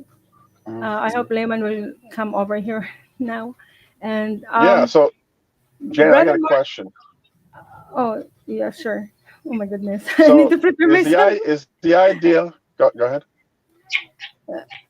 I mean, should I prepare myself to answer your question? What did your question? Oh, it's just a simple question. So is the idea that each night during the week Charles will join you here, or will you close before he comes home from work? Like, is he meant to join every single time, or not necessarily? We are not talking that before that, because we just scheduled this morning when I wake up, but he think about this even before, and he notified me this morning when I wake up, and I called him, and then he said that maybe we were doing that what you are suggesting, and then so we are going to be organize things for later on, or maybe later when he come in, or whatever he wants to do, talk on schedule or whatever, so that it will not conflict to the other people who have like you, Brother Mark, you have a Bible study. So we may organize these things later on. And very good, very good. So as usual, Charles is he's no waster of time. He put his forward, no hesitation. Awesome. That's Charles. Yeah. Because he think that to have unity with the all free gracer, to answer the questions to those who are not free grace, so that free gracer will come together to face all these people that saying bad things to the free grace people, free gracer. Yeah. So Chris and Taylor and yourself, you guys handled many questions before I got here. I assume you had a lot that you dealt with. Yeah, and Taylor is the first thing that come in, and he's the one who who deals with the Yeah, he question. fielded a lot in pretty rapid succession. He was like boom, boom, boom, boom, boom. He was picking some Yeah. really good answers early on. Yeah. I'll tell you, Chris, that's one thing that's awesome about Discord is that Taylor is a really organized guy. So I even have done the same thing. You get on Discord and you just create an account. A couple clicks of a button, boom, you have your own server now, right? You can let no one else in, and it becomes your personal database. So it would be like having a file on your computer or something like that, or having a blog or something. But it's just you could have so much data on there, and it's like video or text, and then you could categorize it in different I categories and will look channels. And into then, it. Like I said, I have a Discord account insofar as I've logged on before because I had it a long time ago, but I haven't logged on in years. Let me interrupt. I just looked at my phone. My phone is at 1%. It's going to knock me off here any second. So I didn't even notice that my phone was. yeah. Thanks for being on here and helping, Chris. I appreciate it. Yeah, listen, my pleasure. I wish I could say more, and I love to hang out. I love to just talk to you guys. Y'all are all a lot of fun. I see the continuing conversation about unity in the chat. Y'all figure that out and let me know what the solution is, because I think we should all be united in Christ. That's All right. that's Corinthians. Listen, my thought is First Corinthians 1-3. Y'all figure that out. I'll talk to y'all later. Okay. All right. God bless. God bless. Bye. Okay, God bless. Thank you so much, Chris. And now Atonement Seminary will come join tonight. So maybe he just come home and at the moment. So we are waiting for him. Very good. Very good. He said that he will not. I will not do the writing paper stream. I'll join for a short time. Okay. We are waiting for you, the Lemon Seminary, to answer those questions who are in the chat. Yeah. In the meantime, if there's any questions, I'll take a stab at whatever's available. Yeah, I will. Okay. Rev strive for unity. Okay, he's responding to Dan to C4C. And anyway, thank you so much, Taylor, for come over here. So good night, C4C, and God bless, Daniel. God bless. And okay, the Lemon Seminary. Guys, put your questions in the chat, and we will try to answer. Brother Mark is going to answer the questions. I'll do my best. I told Charles I'd be available, so yeah. Yeah, he's. I can tell you why we're waiting. One thing that's been bothering me, Janet, is an analogy that a lot of people use for salvation about if you love Jesus, and then fill in the blank, you'll do this. And a lot of them use a marriage analogy. I was talking to Charles about that, I don't know, like a week ago or something like that. I've been thinking about that for years, actually. And one thing that bothered me about the marriage analogy is that it's not a 1-to-1 ratio. In other words, a husband and wife are mutually equal, right?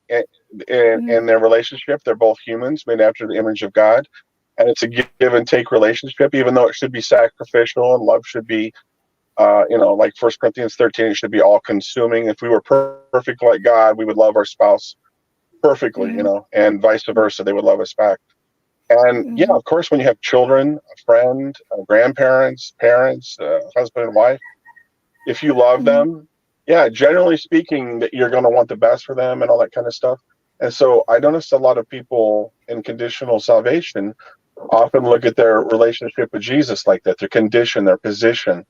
And one thing I would like to clarify is that in no way relates to God, who is, everything. He is the foundation of our truths. He's the foundation of our moral fabric, everything. So he's not like a person that we can be equal with God. Yeah, we can have a relationship with God, but like your wife or your children or your cat or your dog, you can get down to their level and love them and play around with them and spend time with your cat, your dog, spend time with your wife, your kids.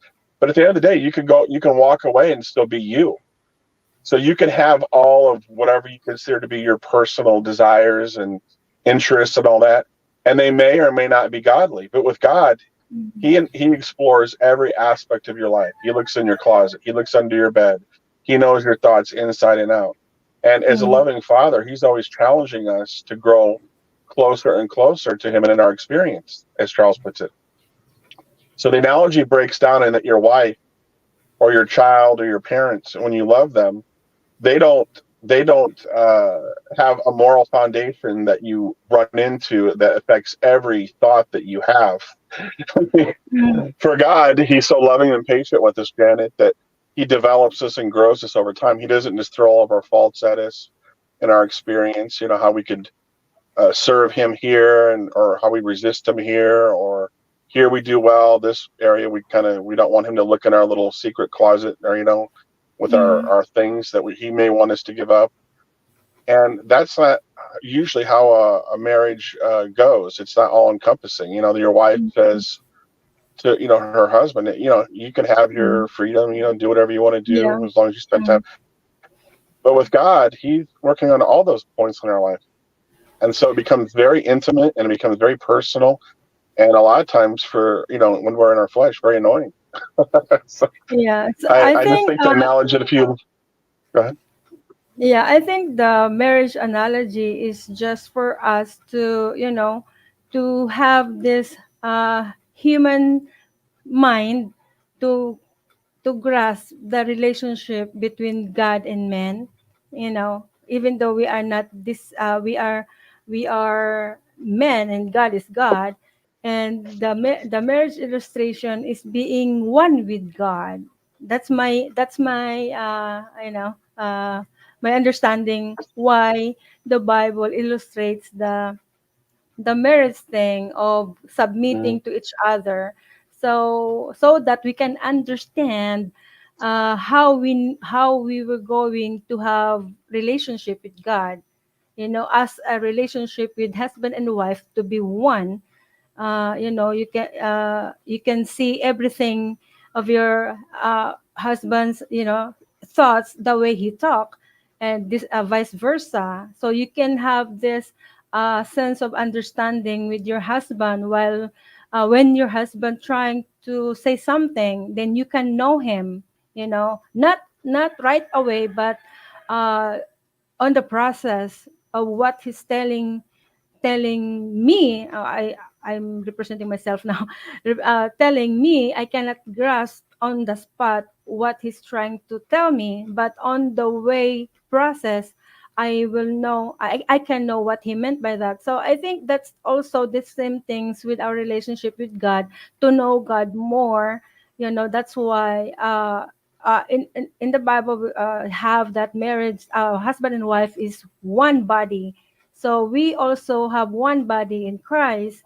So when we are have our relationship with the husband and wife have a relationship, the same thing as we have a relationship with Christ, because Christ is the bride, right? And Christ is the groom and we are the bride. So the same thing as the marriage, as is the marriage, and illustration is to know Christ as we know our husbands and wife. That's my own No, understanding yeah. of marriage And illustrated there. And I agree with that, and that's what the scriptures are saying. But my point was to expound on that and to not make it into something that, because remember that analogy is that he wants to present us to him as a spotless, So that means our behavior does affect how our experience is lived out.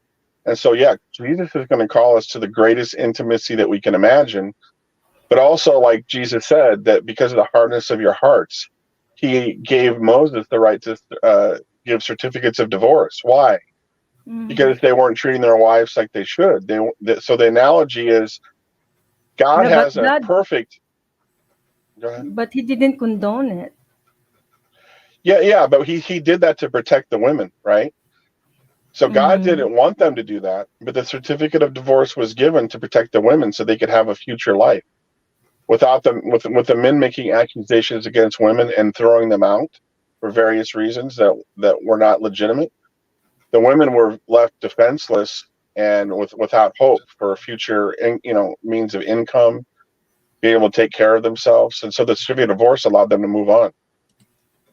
Does that make sense? Hey guys, can y'all hear me? Hi, welcome, Yeah. Lyman. Hey, Thank y'all you don't so have Charles. y'all don't have the ducks on. What's the dots on? The ducks, the feeding the ducks, the beat.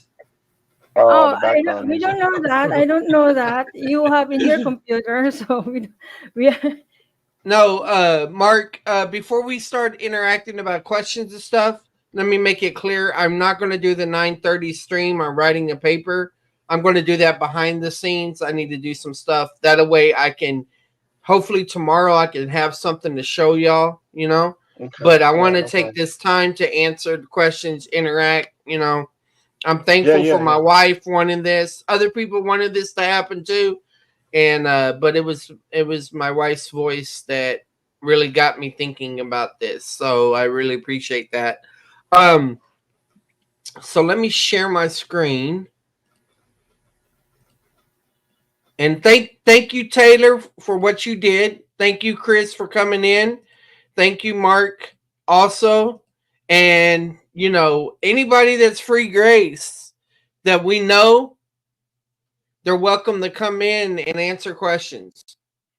You know, I asked Janet earlier about, you know, Sean Wilson was here, Rev Reeds. Yeah, Rev was here. C4C was there. I got a lot of connects, but it's just I needed to build my channel first, you know. Yeah. And I'm not going to go around asking people, but if they say, hey, I'm interested in this, or if they know me, like, for example, Paul Miles would probably love to jump on this. Oh, yeah. You know, even though he was doing International Society of Biblical Hermeneutics today. So there's a lot of different people that I know or know of or have a loose relationship with. I'm not going to go around asking people to come, but you never know. Andy Woods may be here one day, or, you know, no telling. So I was asking Janet if it be that let's say we have somebody like Sean Wilson or Daniel from C4C come in, is there a way to actually invite them onto the panel if it would be fitting? Well, that's what I want. And but the thing is that we sent the link to Chris on WhatsApp. So what? Oh, okay. I think I'm connected with Sean on Twitter. So I'm connected with Rev Reeds on Twitter, and C4C. I got him on several different ways. You know, we could connect. Okay, so you wouldn't want us to put like a link to come on directly. You'd want to do a private link. Is that what you're saying? Well, it's going to be a different link every time. It's going to be a different StreamYard link.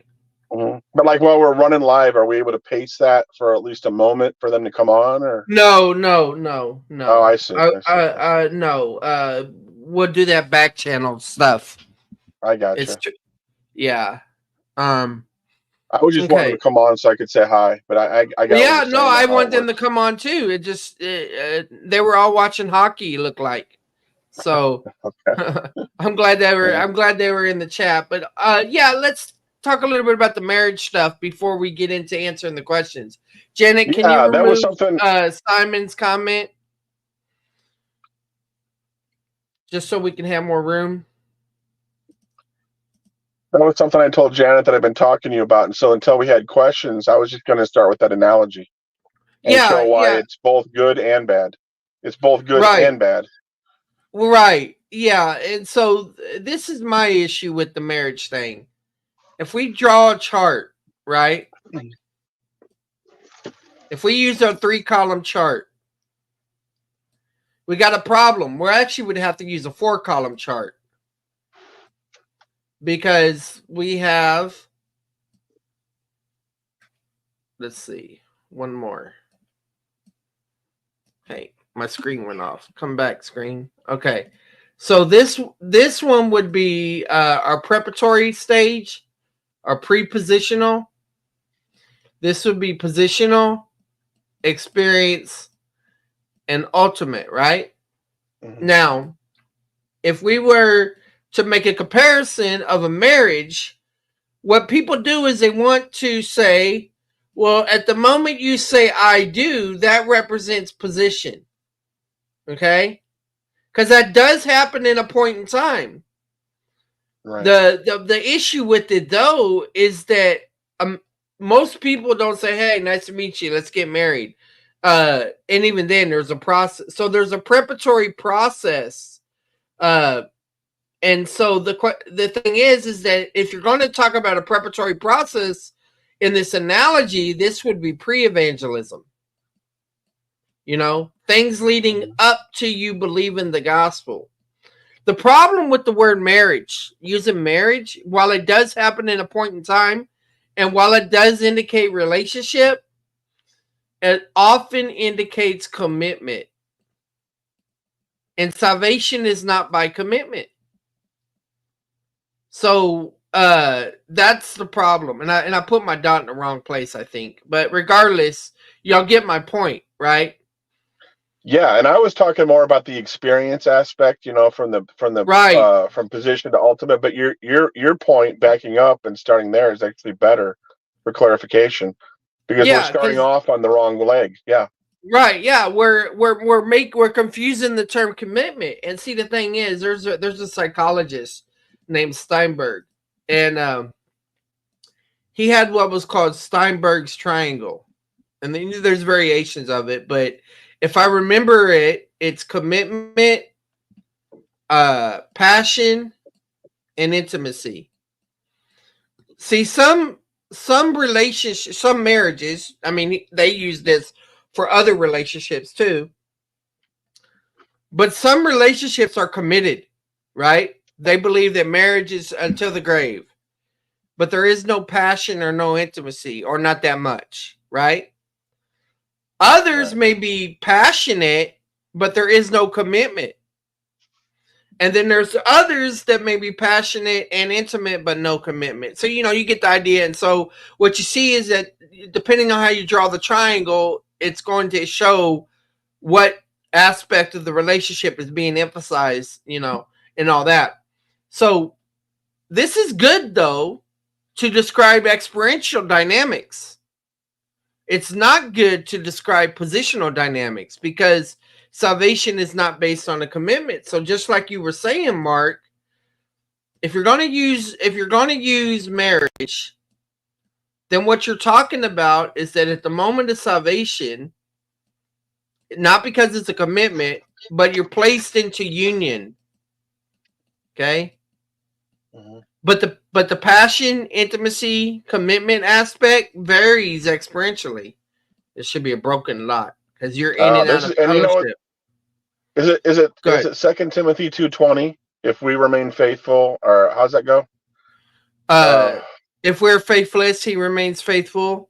Yeah, that little triangle you drew, that goes perfect with that, because in the end, it's always the position of God, that remains faithful. That was passion, but yeah, I see what you're saying. Yeah, passion. Yeah. So I mean, I understand what people do, but the problem is that in a marriage, if you use a marriage relationship, if you try to say salvation is like a marriage, then what you do is it opens the door for the conditional securities to say, okay, well, you can get divorced. Yep. Right. Now, you can say God hates divorce. You can say that. And you can say God will never divorce you. But then they'll say, well, he will divorce Israel. But then you got to explain that when it talks about divorce in the Old Testament, it's talking about the Mosaic covenant. They violated the Mosaic covenant. And when they're talking about the marriage imagery in the New Testament with the church, it's a purity imagery. So if we go to what Janet was talking about, the bride, yeah, and the imagery, yes, and I did say, yes, I did say, well, that's experiential, because he wants to present us not ashamed and faithful, right? Yeah, I think it is. Is it 2 Corinthians?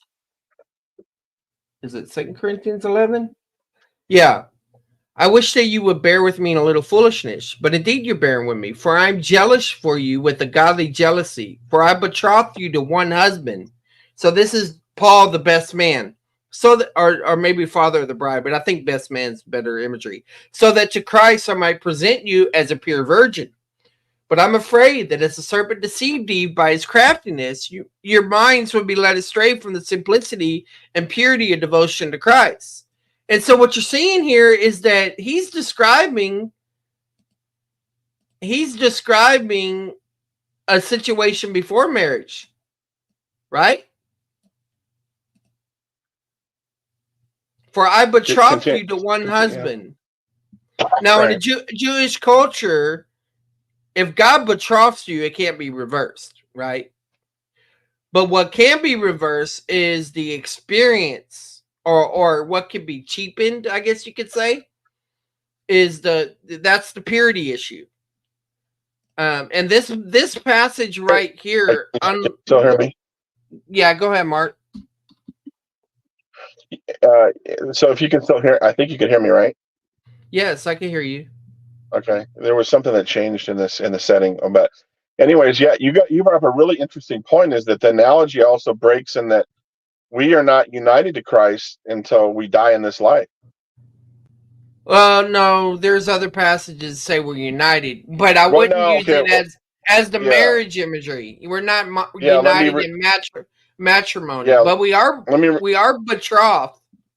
Well, let me rephrase it. The imagery that you just talked about is betrothal, and when he comes back for his bride, there's a completion there. But there's also verses that talk about we're seated with him in the heavenlies and all that too. Mm-hmm. So I think we need to separate those things.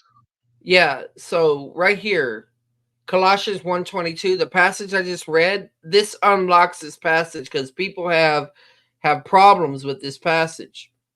It says, and although you were formerly alienated and hostile in your mind, engaged in evil deeds, yet he has now reconciled you in his fleshly body through death, in order to present you before him holy and blameless and beyond reproach. And then it says, if indeed you continue in the faith, firmly established and steadfast, and not moved away from the hope of the gospel that you have heard, which is proclaimed in all creation in heaven, to which I, Paul, was made a minister. So you're not going to be presented holy and blameless if you don't continue in the faith. Firmly established. There's a couple places where these words all pile up each other. I can't remember them all right now. A lot of people think this is talking about loss of salvation. But to get back to what we're saying, if you use the marriage thing, you better be prepared when somebody's going to say, well, in a marriage, you could divorce, you could separate, you could do this or you could do that. And it puts things in a wrong perspective. Let me tell you why. Because at the moment of salvation, you make a decision that has irreversible consequences. Now, free will people don't like that because they're like, I want to be able to fall out of Christ. I want to be able to take my salvation back.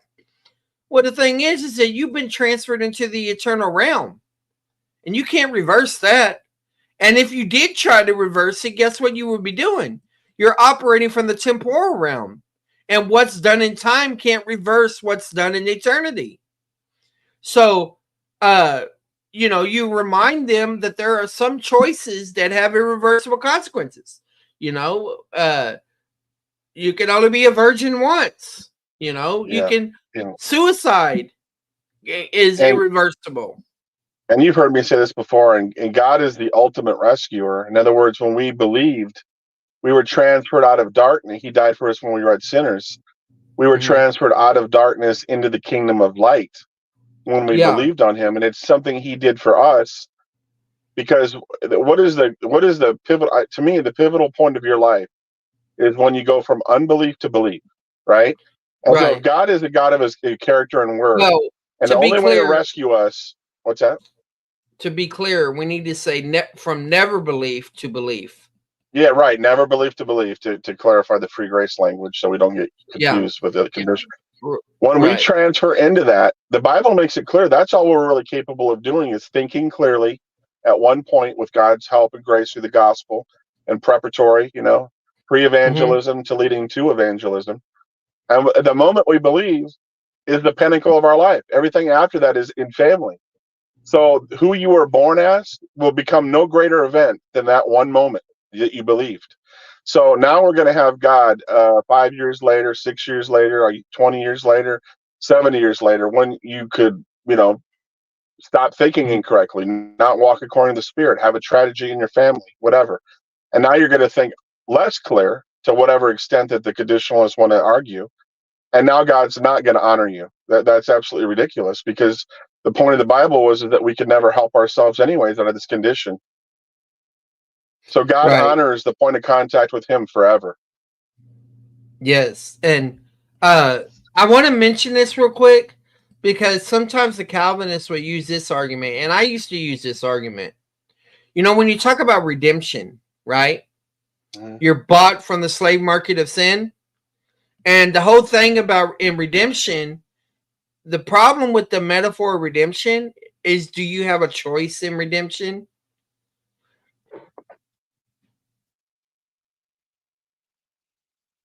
Do you? Well, Mark? the positional act is of God.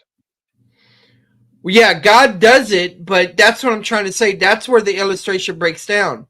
But what people would do is they'll say this, that God redeems you, and you had no choice in that because you were a slave to sin, and he just made you a slave of him. That's why MacArthur wrote the book Slave or Doulos. They always want to emphasize that and everything. But the thing is, though, is that all metaphors break down. Because we know from other metaphors that we're not just talking about a slavery imagery. And so we have to be very careful about not pushing one metaphor over another, you know? Yeah. And discipleship is different than being saved. It's two different things. It's right. Which they don't think it is. But if they did realize that, that's where the Father, because when people use father imagery, my father will never let me down. My father will never let me go. My husband and wife, they could get divorced. But I always like to say position is fatherly. Relationship is discipleship. That's how I looked at it. Discipleship can be tough. Family life, you're in no matter how difficult or simple it can be. Right. And, I run everything through the chart. So I could talk about positional discipleship, experiential discipleship, and ultimate discipleship. Oh, like being sanctified, fully set apart for God's ministry, right? Like we're fully set apart to do what he wants, right? Yeah, but my screen keeps blinking on me. I hope. All right. So the thing is that positional discipleship, though, is who's got the main role in it. You are receiving, So what are you receiving? You're believing the gospel. So that's evangelistic. So if you want to make a discipleship part of salvation, only part it could play in is you passively listening and believing the gospel. And then everything else that we typically call discipleship would go here. And then ultimate would be in the kingdom being taught by Christ or something. Right. And given the privilege of coming to the throne, confessing, talking to God plainly, all those things are given to you at the moment of position. So you have the tools. It really comes down to, like we always talk about, what does it mean to be born again? My monitor is glitching, but I want to look at. Is there any comments? Yeah, Janet, any questions? Because we kind of went off in the marriage analogy until we had questions. She's feeding the cats. What is conditionalism? I don't know why my monitor is blinking like this. And Charles, just so you know, I'm not able to see the chat. I'm only backstage on my phone. Okay, well, my monitor's blinking in and off. I can handle it, but I don't know why, Mark, it does this on this computer sometimes, every once in a while. But I just updated my drivers, so that might have been what it was. But anyway, the question, what is conditionalism? Two ways you can look at conditionalism. Anyone that believes you can lose salvation, they're conditionalists. Another way to look at conditionalism is that anybody that believes in annihilationism is a conditionalist. All right. And then Smith next. Can God save someone that never believed? No. How do you explain Romans 3 about God saving unbelievers? What makes you think Romans 3 is about unbelievers? Well, I mean, tangent, Anabaptists believe, I've heard Anabaptists believe that you can never even hear the gospel, but you go to heaven or you enter the kingdom because you were elect. So I know that belief exists. Right. All right. So this is what he's talking about. Let me share my screen. Romans 3:3. This is talking about Israel. What then, if some did not believe? Their unbelief will not nullify the faithfulness of God, will it? May never be. I would actually let me check the Greek. But if I remember right, let's see, where's unbelief? 3:3.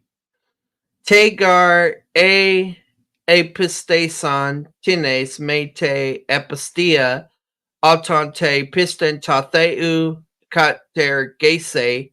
All right, so right there, you see that, Mark? Apista. Yeah. Hold on a second. So you know, pistis is your word for faith, but it's got the alpha privative before it, right? But the thing is, so this is a nominative, but here's the question: is this a noun or is this an adjective? And if it's a noun, can you still describe a concept like unfaithfulness as a noun? You know, this. So here's my point: the way that they're being unfaithful is by not believing. So right here in 3:3, what then if some did not believe? Some of what? Some of Israel. Because the promise is all Israel will be saved eventually, but that's referring to a remnant. What then if some did not believe? Some of the nation. Their unbelief will not nullify the faithfulness of God, will it be? And so rather not, no. So yeah. So Smith Nicks, I'm a dispensationalist. And so I take that as referred to Israel. So it's not saying God's saving unbelievers.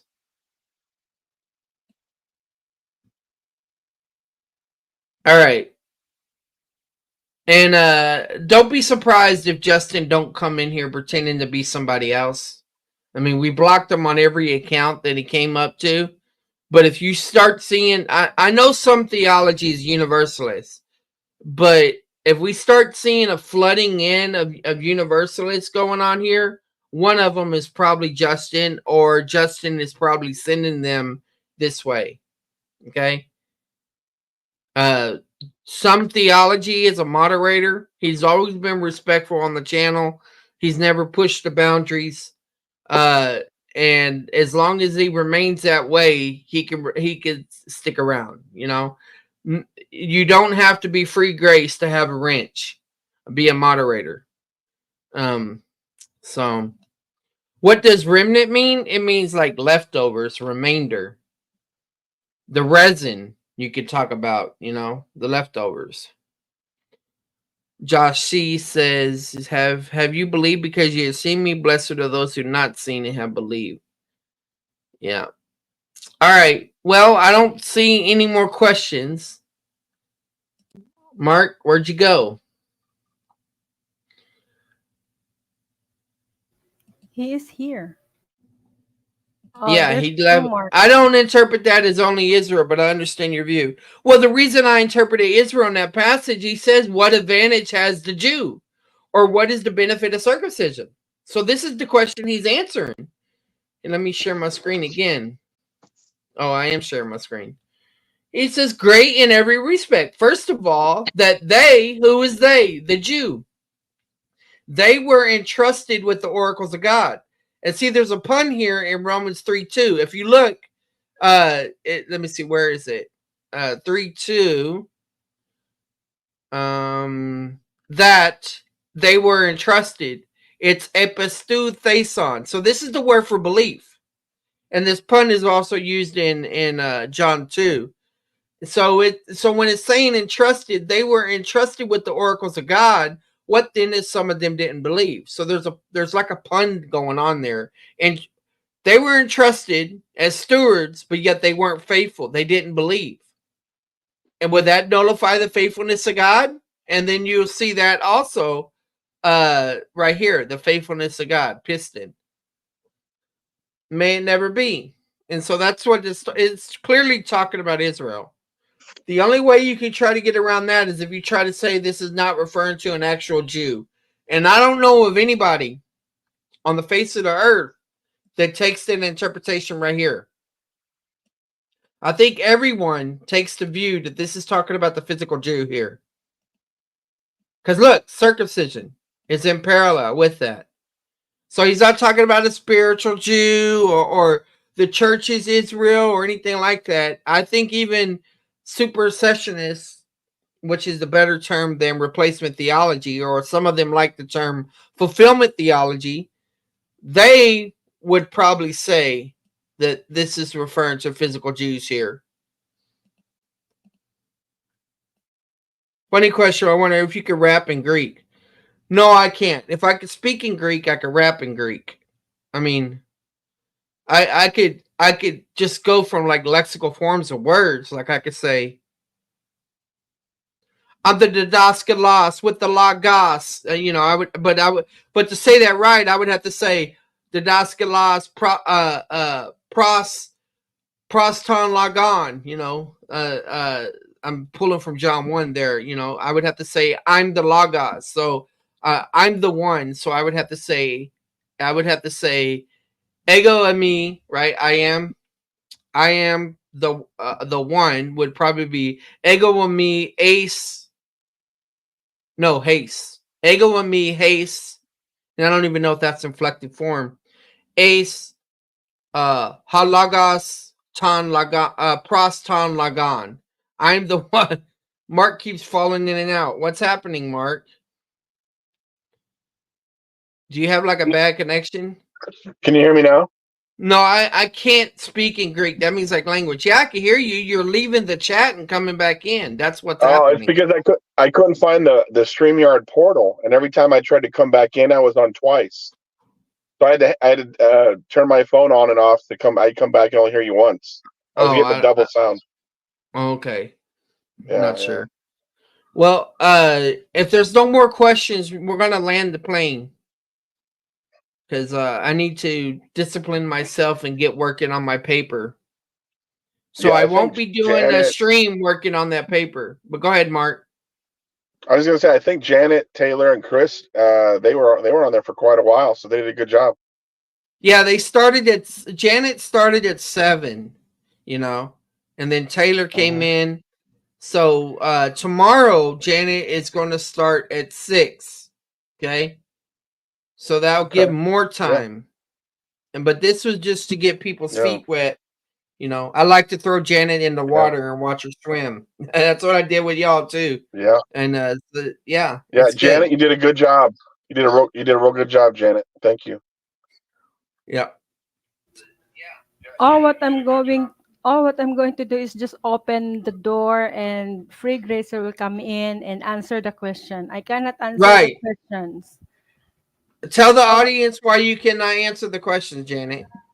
I cannot answer the question because the question here are men questioning and I am a woman. Seems like I'm teaching them. So I don't want to answer the question, but the men answer the men's question or the women's or all the people on the chat. And who told you that belief? That's my own thought. I know we are not in the chat, but I am on first. No, tell them what your thought was at CCF when you first became a Christian. What do you mean by CCF before I be? Oh, yeah, I already shared a little bit my testimony when the beginning of my Christianity when I become a believer. I already shared that I met a CCF pastor on the plane domestic flight from Davao to Cebu. Not the evangelism part, the part about the pastoral. Oh, the pastoral. When I undergo the Bible study under CCF, they told me that the teacher of a single group, because I was single at the time, and the leader asked us. We are 8 single in that group, in that small group, and telling us that why are you here and doing Bible study? We don't teach men Bible study, and yet some of you saying that this man approached me and I shared this Bible to him, and then so the leader told us that, ladies, you are not the one who teach Bible to the men, because you are under man's authority. And then he said that the reason why you are here is because God, you are singles, and God have meant for you, enable your knowledge here. You are preparing for that God's provision, God's provision for you to be married, if you are deciding to be married. And then all my all the group, all the ladies there pointing at me, oh, Janet wanted to be married, like that. Go, what? And then the teacher, our Bible teacher said that, okay, Janet, the reason you are so active on this, God have one for you. So I don't know who was that, but that was 2007. He's the teacher, or she is telling us that. So, and then I got married 2019. How many years did I wait? I'm not waiting because I'm not expected because of my age. Yeah, but when did you meet me? Don't make it sound like just 2019. I get We just married. did made a chart about the process It before was marriage. 2013. I think before that, because but I ignored the layman. I mean, he's not the layman seminary during that time, because I just first met him. The friend of mine telling me about this person, a Bible teacher. Then I he this Bible teacher invited me to friend him on Yahoo Messenger, which is I Simon from ignore. India. Yeah. Yeah, Simon from India. I ignore him, though I already add him, but it takes days or months, I think, before I add him on Yahoo Messenger, because I have this struggle about the speaking in tongues, and Okay. All right. also like that. Let So me let me fast forward your story because we don't need everything. We just need a okay, recap. All right. So the sorry. thing is, Asawako, is uh when you met me, right? And we started studying the Bible. Mm-hmm. I forgot my thought now. Um Okay. but basically the reason I was saying, is, oh yeah, Janet was underneath a different covenant at that time, right? Because Janet had been abandoned, and they don't have divorce in the Philippines. You have annulments through the Catholic Church or Mm-hmm. presumed dead. Mm-hmm. Okay, so Yeah. let me just show y'all, Janet. Look, you can understand this passage here. I know you've seen it before. Share your Uh, screen, please. all right, Romans 7.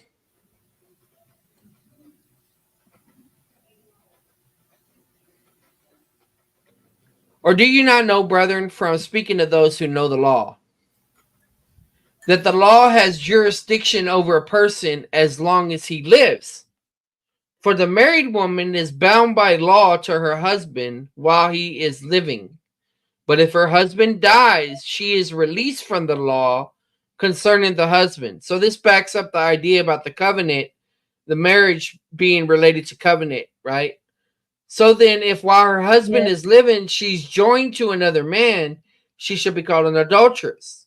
But if her husband dies, she is free from the law, so that she's not an adulteress, though she's joined to another man.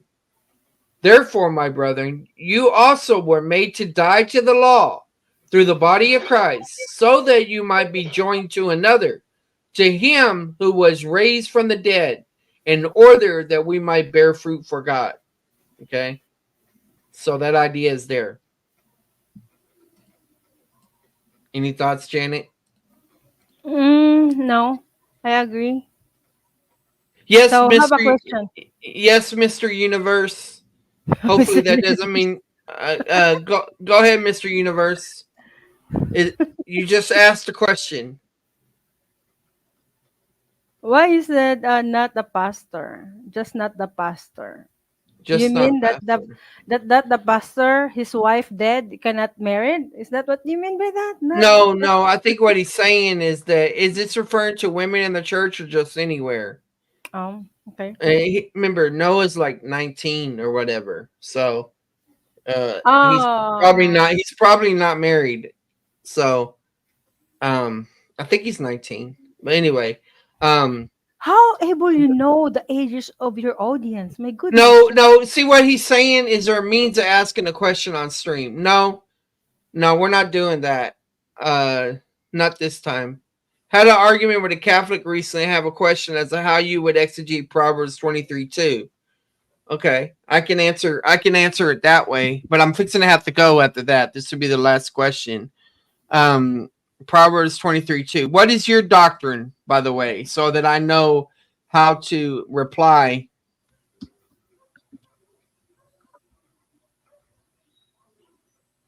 Oh, yeah. I know what this is.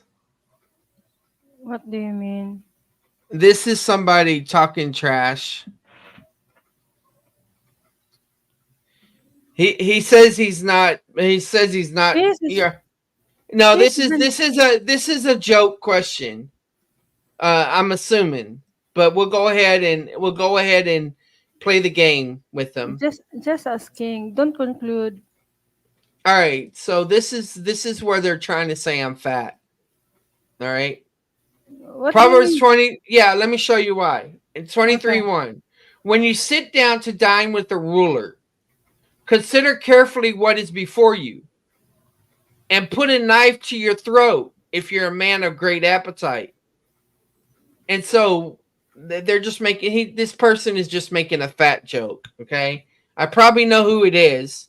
They're basically saying you're a sinner because you're not putting a knife to your throat. Well, let me know when I come in front of a ruler.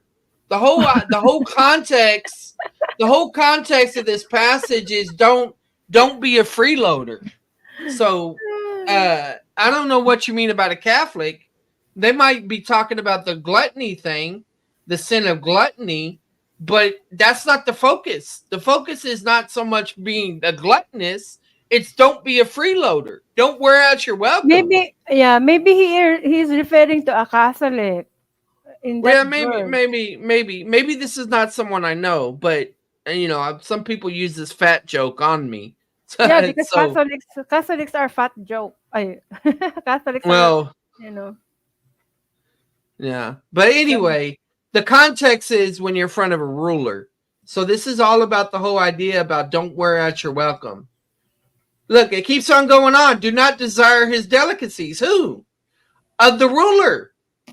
Because how do you know that the king ain't trying to get you to die or get suckered in? Catholic are not rulers. For it is deceptive food.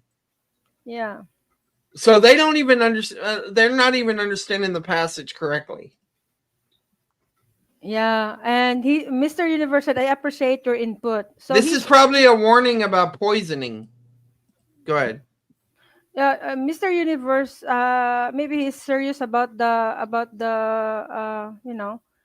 the verse because he said he appreciate your he said I appreciate no your input. problem. But contextually, it's not about gluttony. It's about don't trust a ruler. Honestly, it's Yeah, like saying don't trust Catholic. if somebody says, "Hey," it's like the dope man, right? The dope man. The first hit is free. They want to get you hooked, don't.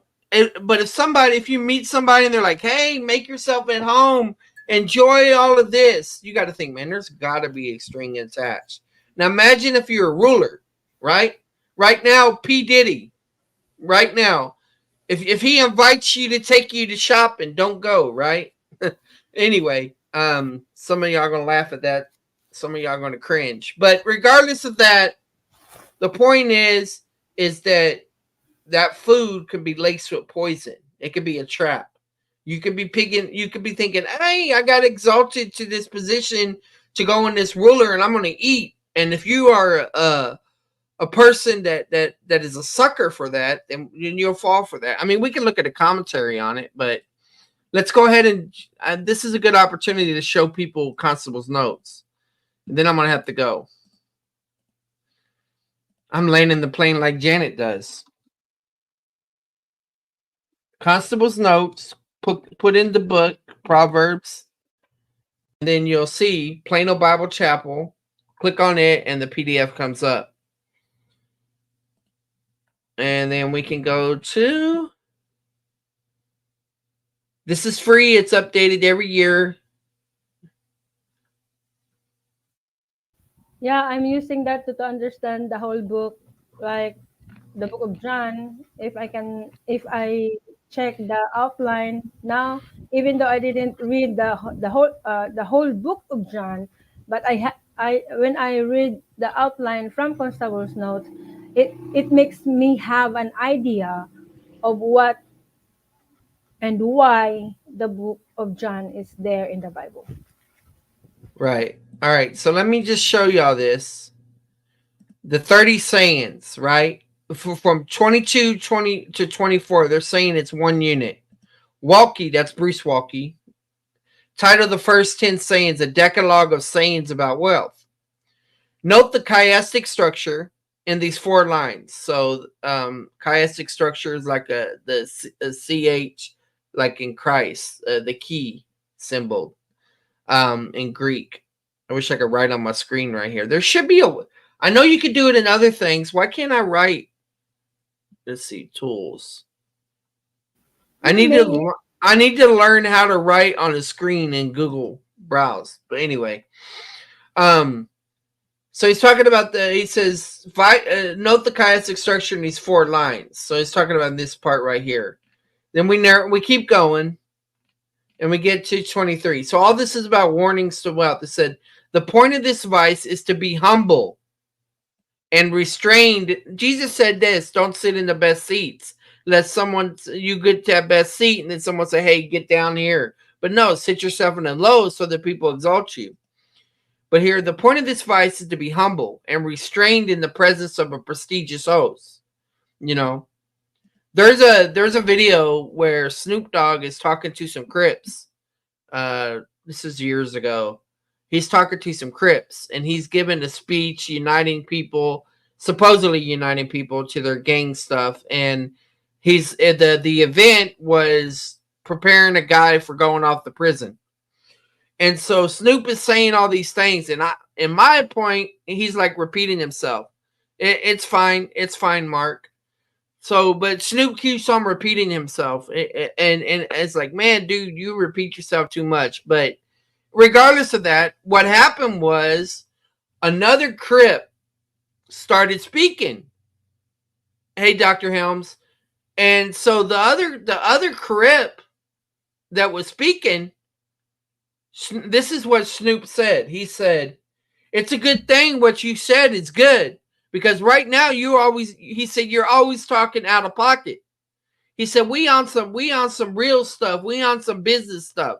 And you're talking out of pocket. The point is that here's Snoop with all his clout and respect and with his pride from the worldly standpoint, giving this speech, and this other guy thinks he can just speak up and be united with him, in that sense. And it didn't show humility. And so Snoop kind of checked the guy. But I mean, that's kind of like a secular example of this attitude. The guest should put a knife to his own throat rather than to his food. Curb your appetite, control himself. Why? Threaten your appetite with death. I can state this in very commonplace language. Don't make a pig of yourself when you're invited out to eat, especially if you're invited to a place that serves you gourmet food, the type of food that you're not accustomed to eating. And that captures some of it, but it doesn't deal with the possibility of the trap. Let's see what else says. The fact that the host serves delicacies may not indicate that he esteems the guests highly. It could be a test. Like, what's that movie, The Dinner with the Schmucks or whatever? The host may be simply getting him in a good mood for his own selfish reasons. Like Diddy. He may want something from him, or he may be evaluating him. What is before you is better than who is before you. So it's like a test. Daniel faced this temptation, indulged his desires away from home, disciplined himself in his eating habits. This guy says, my father was once invited to dine with Generalissimo Chiang Kai-shek, the head of the nationalist government in China, and his wife, Madame Chiang of Taiwan. At dinner, the Generalissimo noticed that my father was not eating much and asked if he did not like the food. My father explained that he was trying to apply a biblical proverb and quoted this one. This amused the Generalissimo greatly. So, you know, if people are going to use it against me, at least use it correctly. Yeah, so Josie said, what a jerk, or maybe probably, he's not serious at all. No one in the history of the world asked a question about Proverbs 23 verse 2. No one. Well, it could be a Catholic gluttonous person, but the point, you know, we'll just see. All right, guys, I'm going to land the plane because, hey, Doki, I'm going to land the plane because I need to work on my paper. And, but yeah, we're going to be doing this every day, at least within the weekdays. We're going to be doing this Ask Free Grace. And whoever's free grace can pop in and answer people's questions. There'll be an order. There'll be some facilitating going on or whatever. Janet will open up the room for free gracers to answer questions. This is not a free for all. But yeah. And so instead of telling y'all to do a bunch of things, go ahead, Janet. What were you going to say? No, I'm just want to have a reminder, people, that I just I'm only opening the house. Okay. Hey, Ashley. Now everybody's showing up. Oh boy. I'm just opening the house and leave the visitors or the free gracer come in, and they are the one will answer your question. Right. I read someone comments earlier that, do you like a woman pastor, don't you support women pastors? Canadian. We don't support that women need to teach, have a leader in the church, and Dr. Helms, the plan is Janet is going to open up the Ask Free Grace stream. Janet, I need to show you how to do the the trailer and the ducks too, if you want to use them. But and also how to make moderators. I need to show you those things. I'll show you those things in a minute. But 6 p.m. Central. Okay, so instead of telling y'all to do a bunch of things, the YouTuber gurus, they just suggest that you go tell somebody to go watch something else on your channel. David Preston is a hyper-dispensationalist. He believes that salvation is was by faith plus works in the Old Testament. I've debated him twice before. Once the Old Testament salvation and another on James. He believes Dr. Helms, that would be a great debate for you. It would be great to see you in eschatology, and that's a debate I could root for you for on. Yeah, I know, and we need a strong dispensationalist debater on SFT's channel. There's not very much dispensationalism. That's standing for truth. Same channel you and I debated on. Maybe you could take up some of those debate challenges. Just contact SFT.